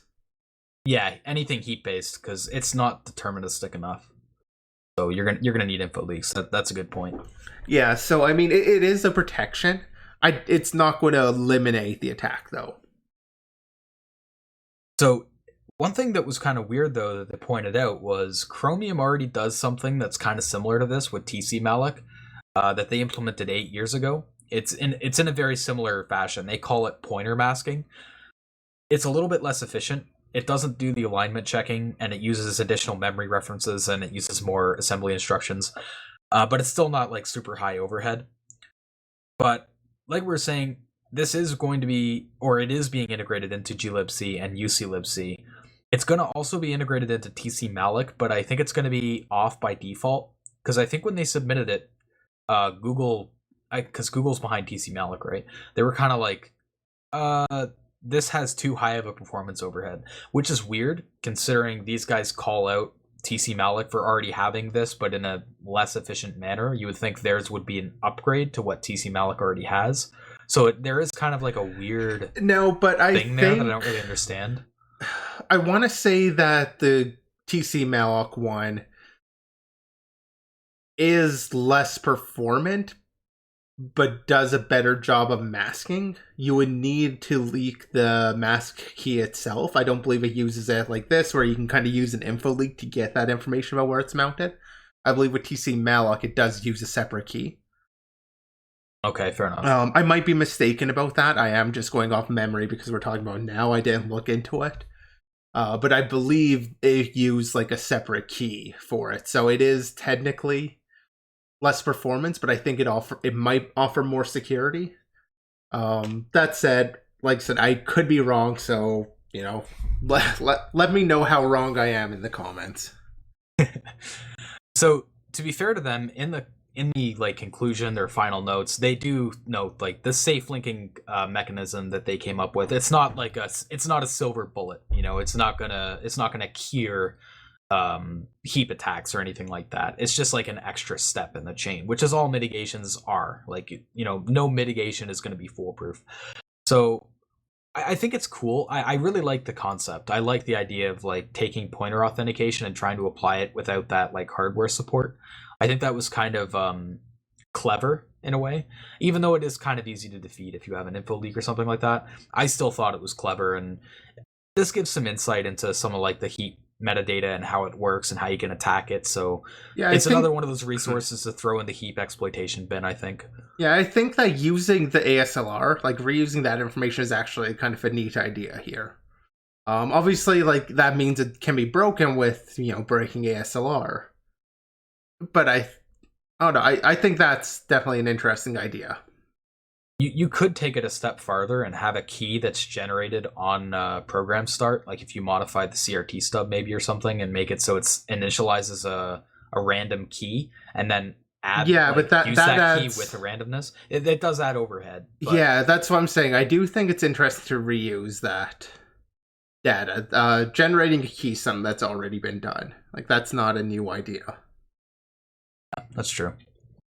That being said, though, we'll move on to more technical papers. So this one is not so fast, understanding and mitigating negative impacts of compiler optimizations on code reuse gadgets. So this one dives into code optimization done by compilers and how it can impact availability of those code reuse gadgets. And they said they were motivated by the fact that compiler optimizations they're invisible to program authors, and they also haven't really been explored too much by previous work. So talking a little bit about code reuse for those not too familiar, if you're exploiting a binary and you're getting code execution, in modern binaries, it's not likely you can just write opcodes into a buffer and execute it. Shell coding isn't super easy anymore. It's kind of dead, mostly due to no execute NX.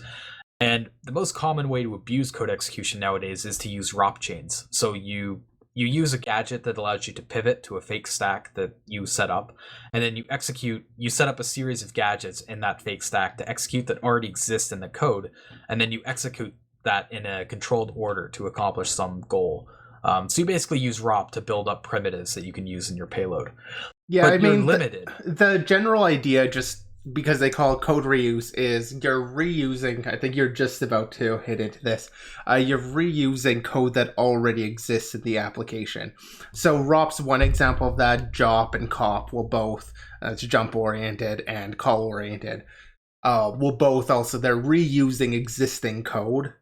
That way, even though you've got this no execute, so you can't inject data that gets executed as code, you're reusing all the existing code in order to do something more useful. So that's code reuse attacks. That's just kind of the more generalized name that's been given to the entire classification, from like old ret to libc being generalized up to ROP, Job. which is now kind of just generalized as CRA, or code reuse. Yeah.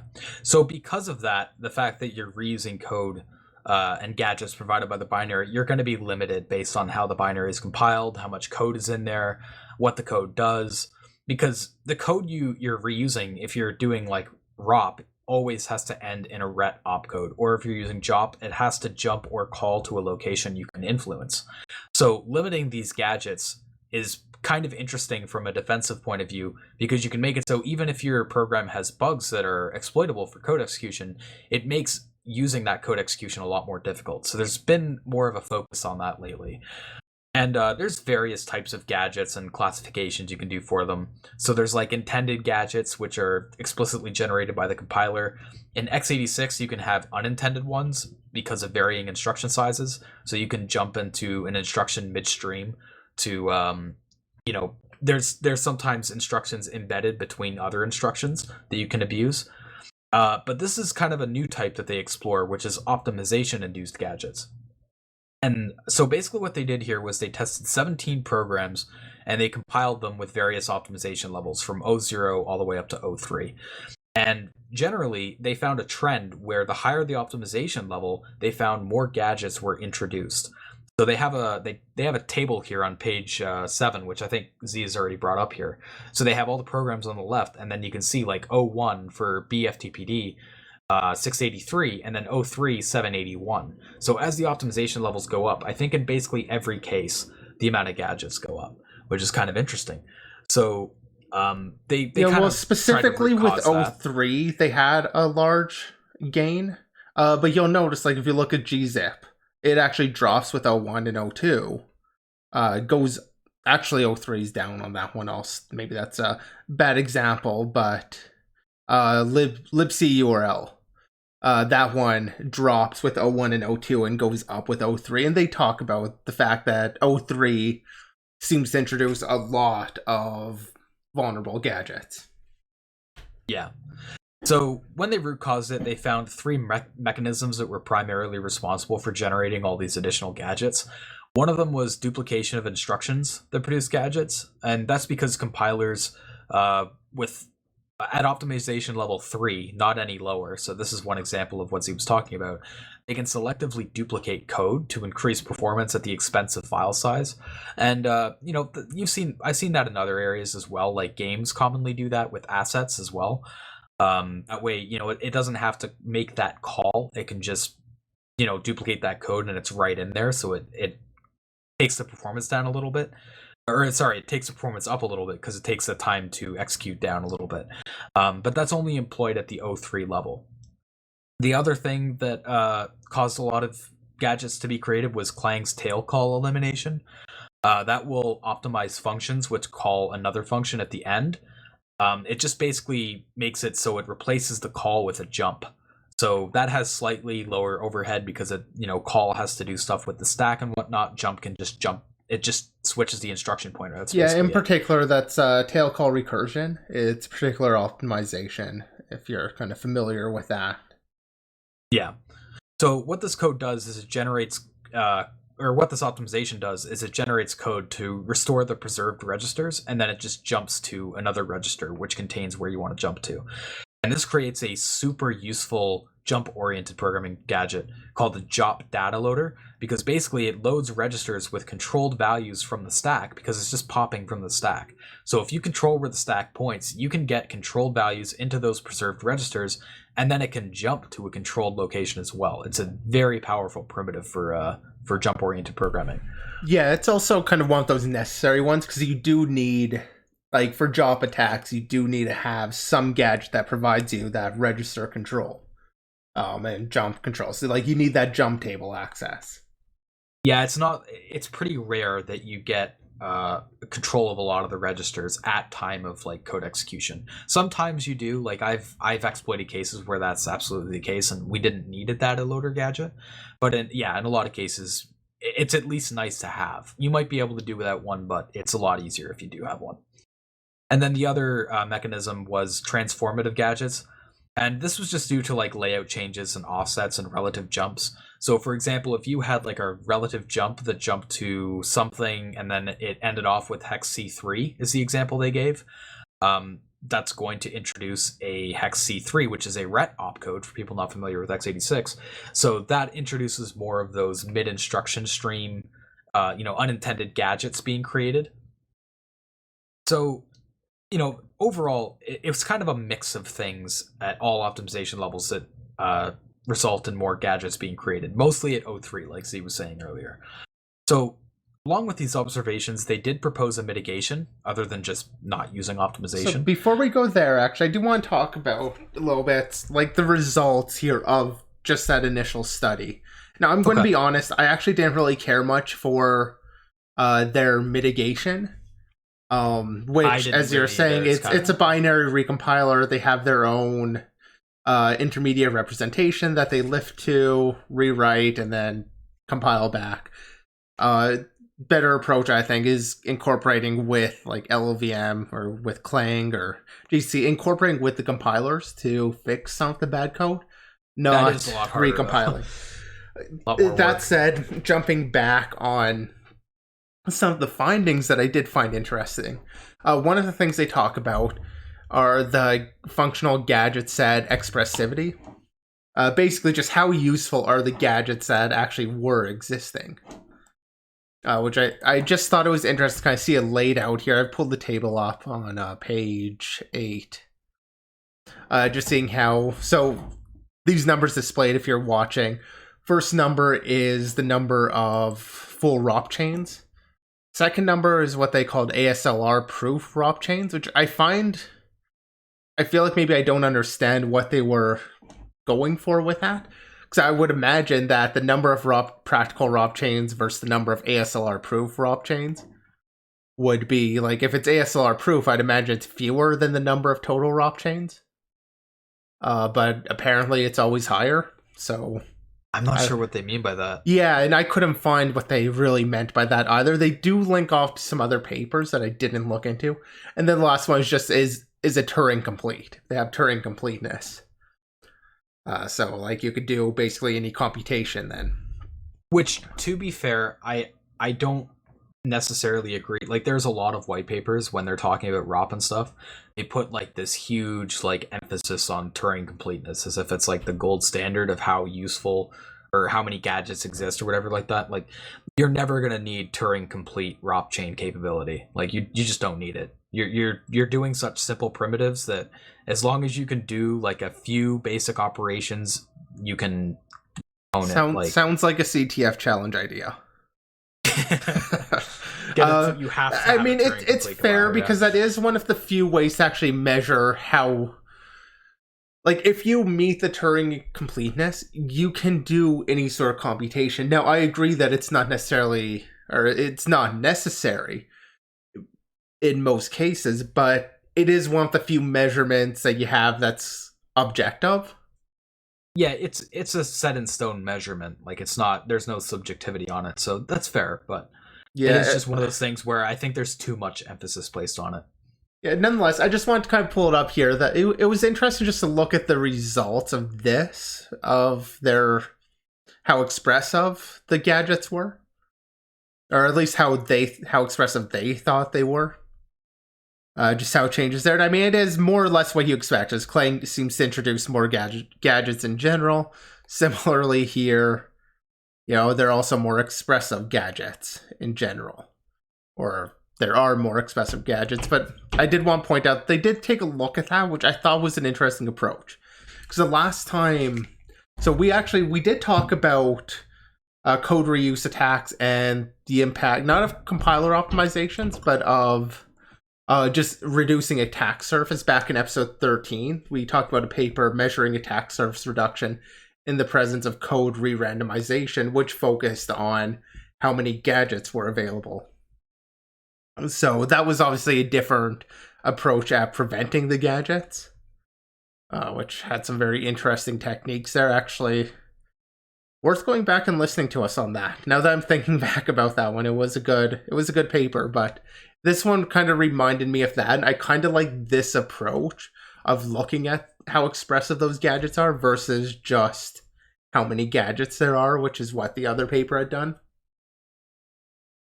Yeah, overall, I found this to be an interesting paper. I do want to say, like, kind of like what you were saying earlier with that ASLR proof stuff. It does seem like they have a lot of terms and stuff like that they don't really clarify. They just kind of use them and expect you to know what they mean. Well, they do. I believe they do cite other papers as they first use them, though. But still, so I believe if that I'm reading, I shouldn't have to read other papers to see what they mean by the terminology if it's not commonly known. Like, here's another example. They say functional gadget set.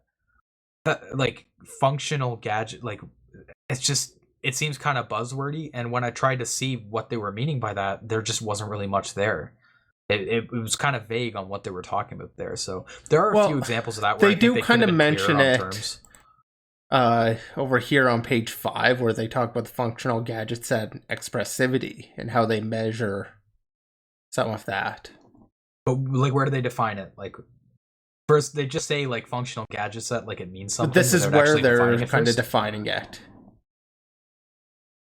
I mean, I don't know. That doesn't really seem very clear on what they're actually saying there. I don't know. Maybe it's just me, but anyway, like, that was just something I kind of noticed throughout the paper. I'm not trying to dog on the paper, though. Like, I did find it an interesting paper, and yeah, I found the first part interesting. It was, like I said, the recompilation aspect I didn't care for. Yeah. It's something I hadn't really considered optimizations really having a big impact on, so it's kind of cool. It's kind of like a PSA in that regard. That's something I'll probably keep an eye on and again keep in my mind while I'm looking at stuff in the future. To some extent, I mean, unless you're writing the code, it doesn't really matter. No, that's true. And if you write your code without any vulnerabilities, it doesn't matter, right? Anyhow, just write things in Rust. But I'll be honest, outside of security, I find myself disabling optimizations on compilers a lot, just because in weird scenarios, you can get bugs created by optimization as well. Like, I recently had to try to help debug an issue related to loop unrolling, causing, like, a ton of issues and something. So it's like, optimizations, I just don't like them. Like, leaving this paper aside, pretend I never saw this paper, I just don't use optimizations because they're doing stuff behind the scenes that you're not going to be able to easily tell as the program author, and you have to go digging, like reverse engineering your own binary to see if the compiler screwed you over somewhere. So you're going I'm not to a huge fan of compiler optimization. Just write everything in assembly, then you always know what the output is. Yeah, basically, I'm just going to handwrite everything. No, I'm okay with unoptimized, like, compiler output. I think when you start going to the optimization levels, though, there's a lot higher of a chance of you getting bugs that aren't necessarily your fault. Yeah, it's worth being aware of that, and I think a lot of developers, like, eventually you always get bitten in the ass by that. It does happen with optimizations, and just, recompiling it with, O0 and testing to see if your bug still happens is one way to kind of see if that's the issue, rather than just looking at the disassembly. That's not always so easy, but... The only other thing is, I may sound like a broken record here, but I wish there was a more diverse program selection for testing. Like, if you look at their test tables and stuff, you see GCC, gzip, HTTPD, libsqlite. We see these in, like, every paper. And again, like, it's something I've said before, these are not programs that are really targeted for exploitation very much. I want to see more of these tests being conducted on targets that are being hit more, like, browsers or that's the benchmark like choice or anything like that. I know it's the benchmark choice. I just disagree with it. No, and I'm just saying, like, we've definitely had this discussion a few times. Yep. No, I know. I just wanted to say. That said, I did appreciate that they actually did use. Like, I don't think a lot of these are necessarily the normal choices. I mean, bzip2, GCC, those are normal, but SQLite I don't think is something we normally see. And SQLite's definitely something that does get attacked to some degree, because it is, like, SQLite databases are used quite frequently, especially on, like, mobile devices. HTTPD, gzip. We were talking about, I mean, it wasn't really attacking gzip, but it was attacking the output of gzip, just last episode. libcurl, that's fairly popular. I mean, I use curl to download all of the PDFs so we can show them on here. So, I mean, it's some of those are attacked, and it's basically those first ones, and then I think everything after that, the bzip, GCC, MCF, I think those came from some benchmark. To be fair to them too, they were like trying to compare to like previous papers and stuff, and if those papers use the same benchmarks, I can see why they would want to keep it consistent. So yeah, I'm just saying, point. I don't think the first ones there, like the first 6, are a bad choice. Fair enough. Like even Git, I mean, people do use Git, so that is something that could be attacked. I mean, it actually, we've talked about a remote Git thing, or was it maybe specific to GitHub or GitLab? There was a Git issue, but it was in the credential helper. Right. I want to say. Yeah, it would leak that information. Yeah. I don't know. I mean, I feel like those are actually fair choices. Like those are common applications. The only one that I'd have some questions are like gzip's common. I'm not questioning that. But for targeting it, like I think those are things that do actually get targeted.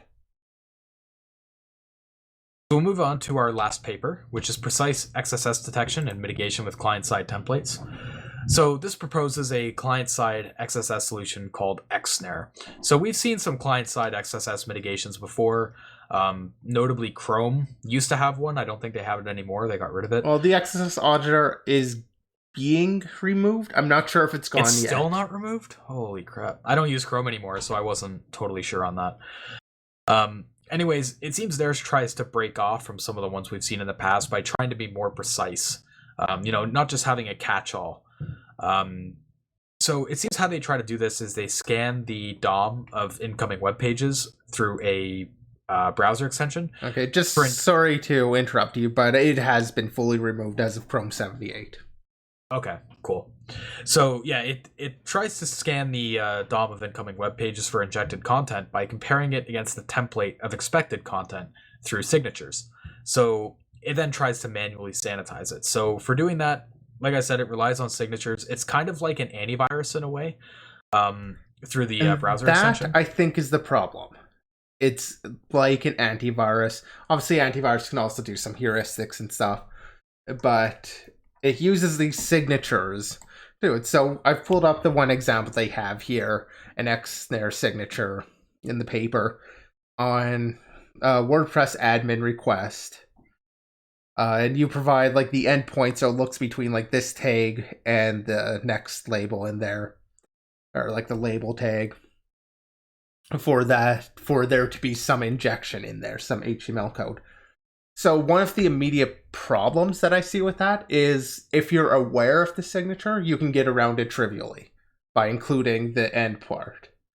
It's similar dump. They actually use, I believe they use dump purify. The idea here, though, is that this isn't done by the application developers. This is something I would run in my browser, like uBlock, Origin, or something. I would run this as an extension on my browser, which is another issue that's going to impact any sort of potential adoption. And then they can write these signatures. So the way I could see this having actually had a chance of working is if this were a commercial offering. If there were a company offering this that actually had analysts hired, or if this were part of an antivirus. If they were acquired by an antivirus who then in their own, because a lot of antiviruses do have that internal protection stuff. They have their own extensions. So then if they added this into that, I could see this working, where you have analysts that are going to write these XSS detection signatures. And then you can use, I feel like DOM Purify, like I believe they offer that as one of the options, that like as one of the sanitizers. I mean, I can't, and for anybody just listening there, XEHLE mentioned isn't this DOM Purify in chat. I didn't mention that there's chat. But anyway, I do think the issue, one, it seems like it can be trivially bypassed if you know about the signature, because you can just go ahead and inject that label class equals description, in this case, is what it's looking for at the end. You just inject that as part of your injection. And suddenly everything looks okay to it, and then you put your XSS after that. That would be one case of doing it. Obviously, you need to be aware of the signature. The other thing is it's possibly too specific. They present that as their advantage. It's aware, it's application specific. These are written for a specific application. That's at something like wp-admin. You can remount that where you want, I believe. You can put that on another URL, and then it's not going to work for that domain's WordPress admin. If you move wp-admin. So there are issues like that. I don't even want to say it's a fun idea. Like, it's just the wrong place to focus. So, go ahead. My thoughts on this here is, I think it's nice that it's trying to tackle it from the client side, because it's just one of those, like, XSS is one of those things you just can't trust the server side, like, web admins and stuff, to eliminate it. They're going to be around forever. So I think it's worth trying to tackle it from that angle. My problem with it, though, is with it being signature based, it's going to require so much manual labor, because in their testing, they wanted to test 100 CVEs in WordPress, and this was kind of weird too. Their testing results, they said they were going to test 100 CVEs, then they said they could analyze 81, but then they said they dropped 24 due to reproducibility issues. So they actually ended up testing 76. So of the 76 that they ended up testing, they were able to detect 71 of them using 59 signatures. Now, these signatures took like under 10 minutes or so to write, but those start adding up. When you're talking about 60 signatures, you're talking about like let's say it took 10 minutes per signature. Like, that's 600 minutes just into writing signatures for one thing, and you're not even catching all the issues.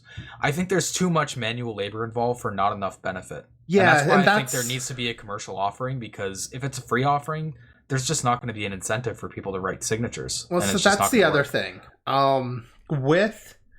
That's where you can also point out how intense of writing signatures for malware can be too, for antiviruses to do the signature detection on malware. You can kind of point to a similar problem. The difference is the malware signature, it runs at kind of a last line. It's like right before your computer, or even as your computer is actually executing the malicious software. But because of that, any attack surface that results in it can be caught by the signature. Whereas the signature is specific to a particular application. That kind of limits, I think, how often any of these are going to be abusable, or how often this thing's going to be able to catch all of those abuses. At least the payoff for doing it with an antivirus is a continued protection against anywhere that malware appears. Now, granted, it's trivial enough to craft new malware.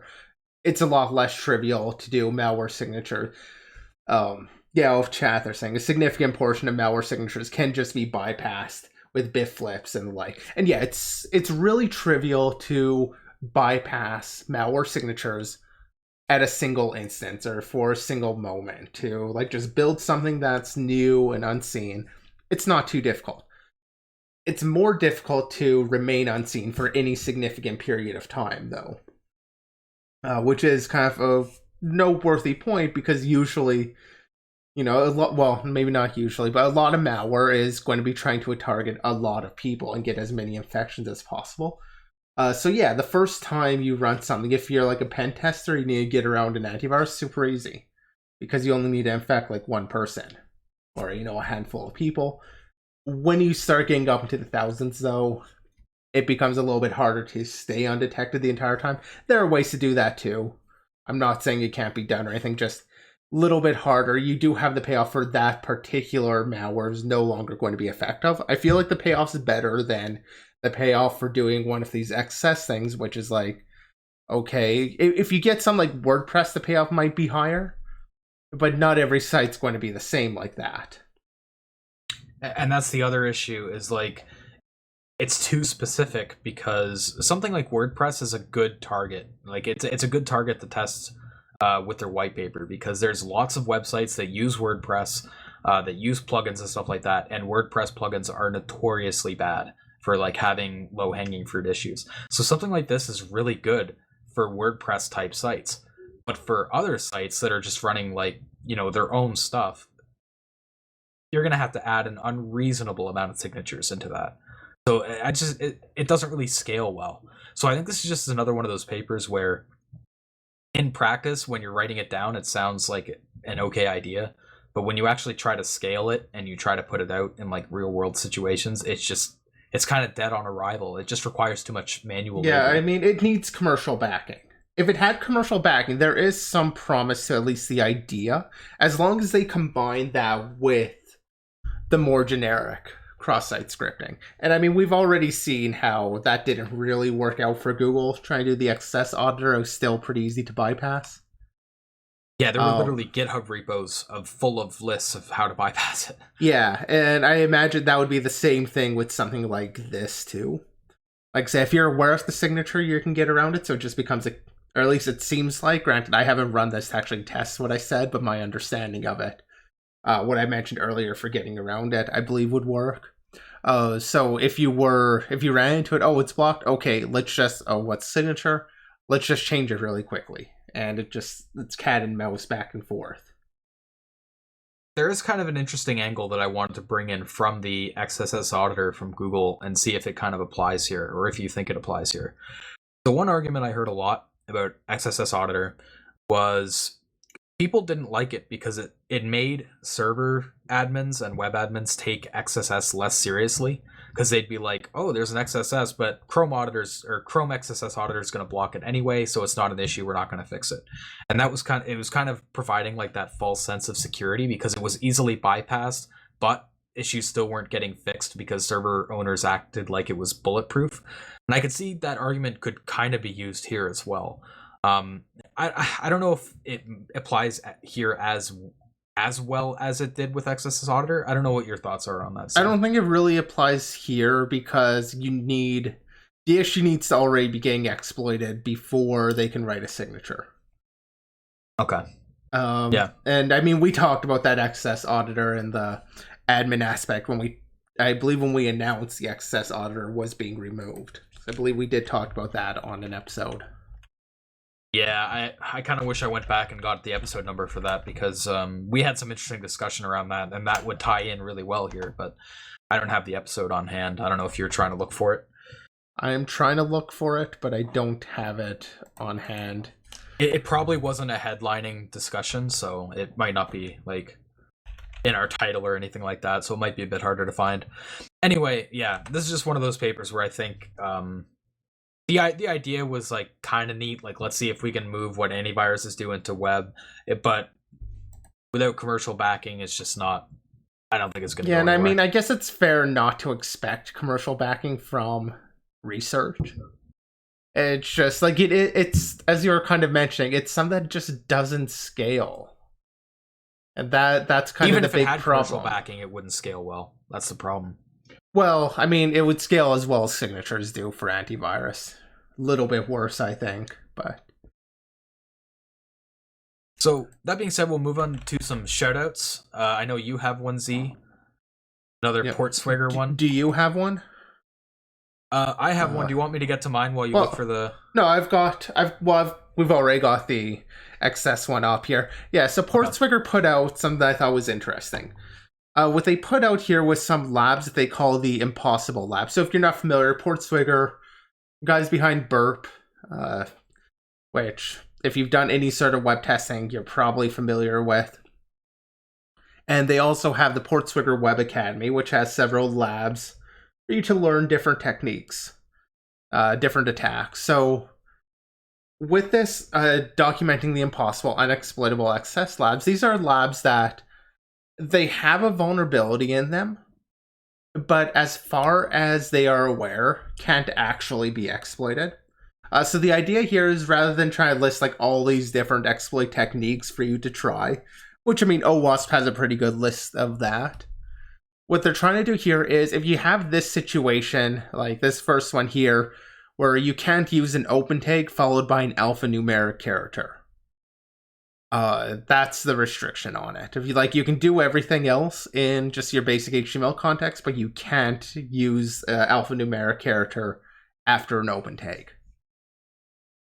And in this case, all of these labs can't be exploited. So you can kind of pattern match with, if you're in a situation where you have this, where, a WAF is blocking the request because of that tag, you can be reasonably confident that nobody else has a solution to this either. Nobody else is going to be able to exploit that scenario. In this case, they do mention that the only known exploit on it is using old IE with putting a % before the alphanumeric part of the tags. But they have some other cases here. I won't walk through all of them. I just thought it was interesting to have a list of that sort of unexploitable scenarios. Because sometimes you do run into that where you've got something, it seems wrong, but you can't figure out how to exploit it. And, it may just be the case that you can't exploit it. So I definitely waste your bugs. Yeah, well, and waste so much time trying to figure it out, only to realize you can't. So yeah, I thought it was an interesting release. Cool. So the only other plug I have is, I'll just plug again that we did the blog post on day 0 on the adventure supporting MUSL to PS4. We are probably going to be doing more blog posts over the break. So while we won't be doing podcasts, I think we are going to try to focus on putting out more blog posts and research and stuff like that. So you can keep an eye out on that. We'll always put new releases we'll notify you on Discord and on Twitter and stuff like that. Hopefully you enjoyed the last episode before the break. Again, we'll be back September 14th. So this is the last episode I'm going to be able to say that. With that said, though, over the break, you can catch the VODs on Twitch or on YouTube 24 hours after the stream. Previous podcasts are also up on Spotify, Apple Podcasts, Google Podcasts, and there's more links on our Anchor link as well. So while we will be gone for a few months from the podcast, we'll be around on Twitter and in Discord, so you can follow us and join us in there if you're interested and want to talk about stuff and bring up topics, and we can talk about it in the text chat in the Discord. And if it's significant, maybe we'll even talk about it on the episode coming back in the from the break. Other than that, though, keep an eye out on our blog and stuff like that, and we will see you guys again in September.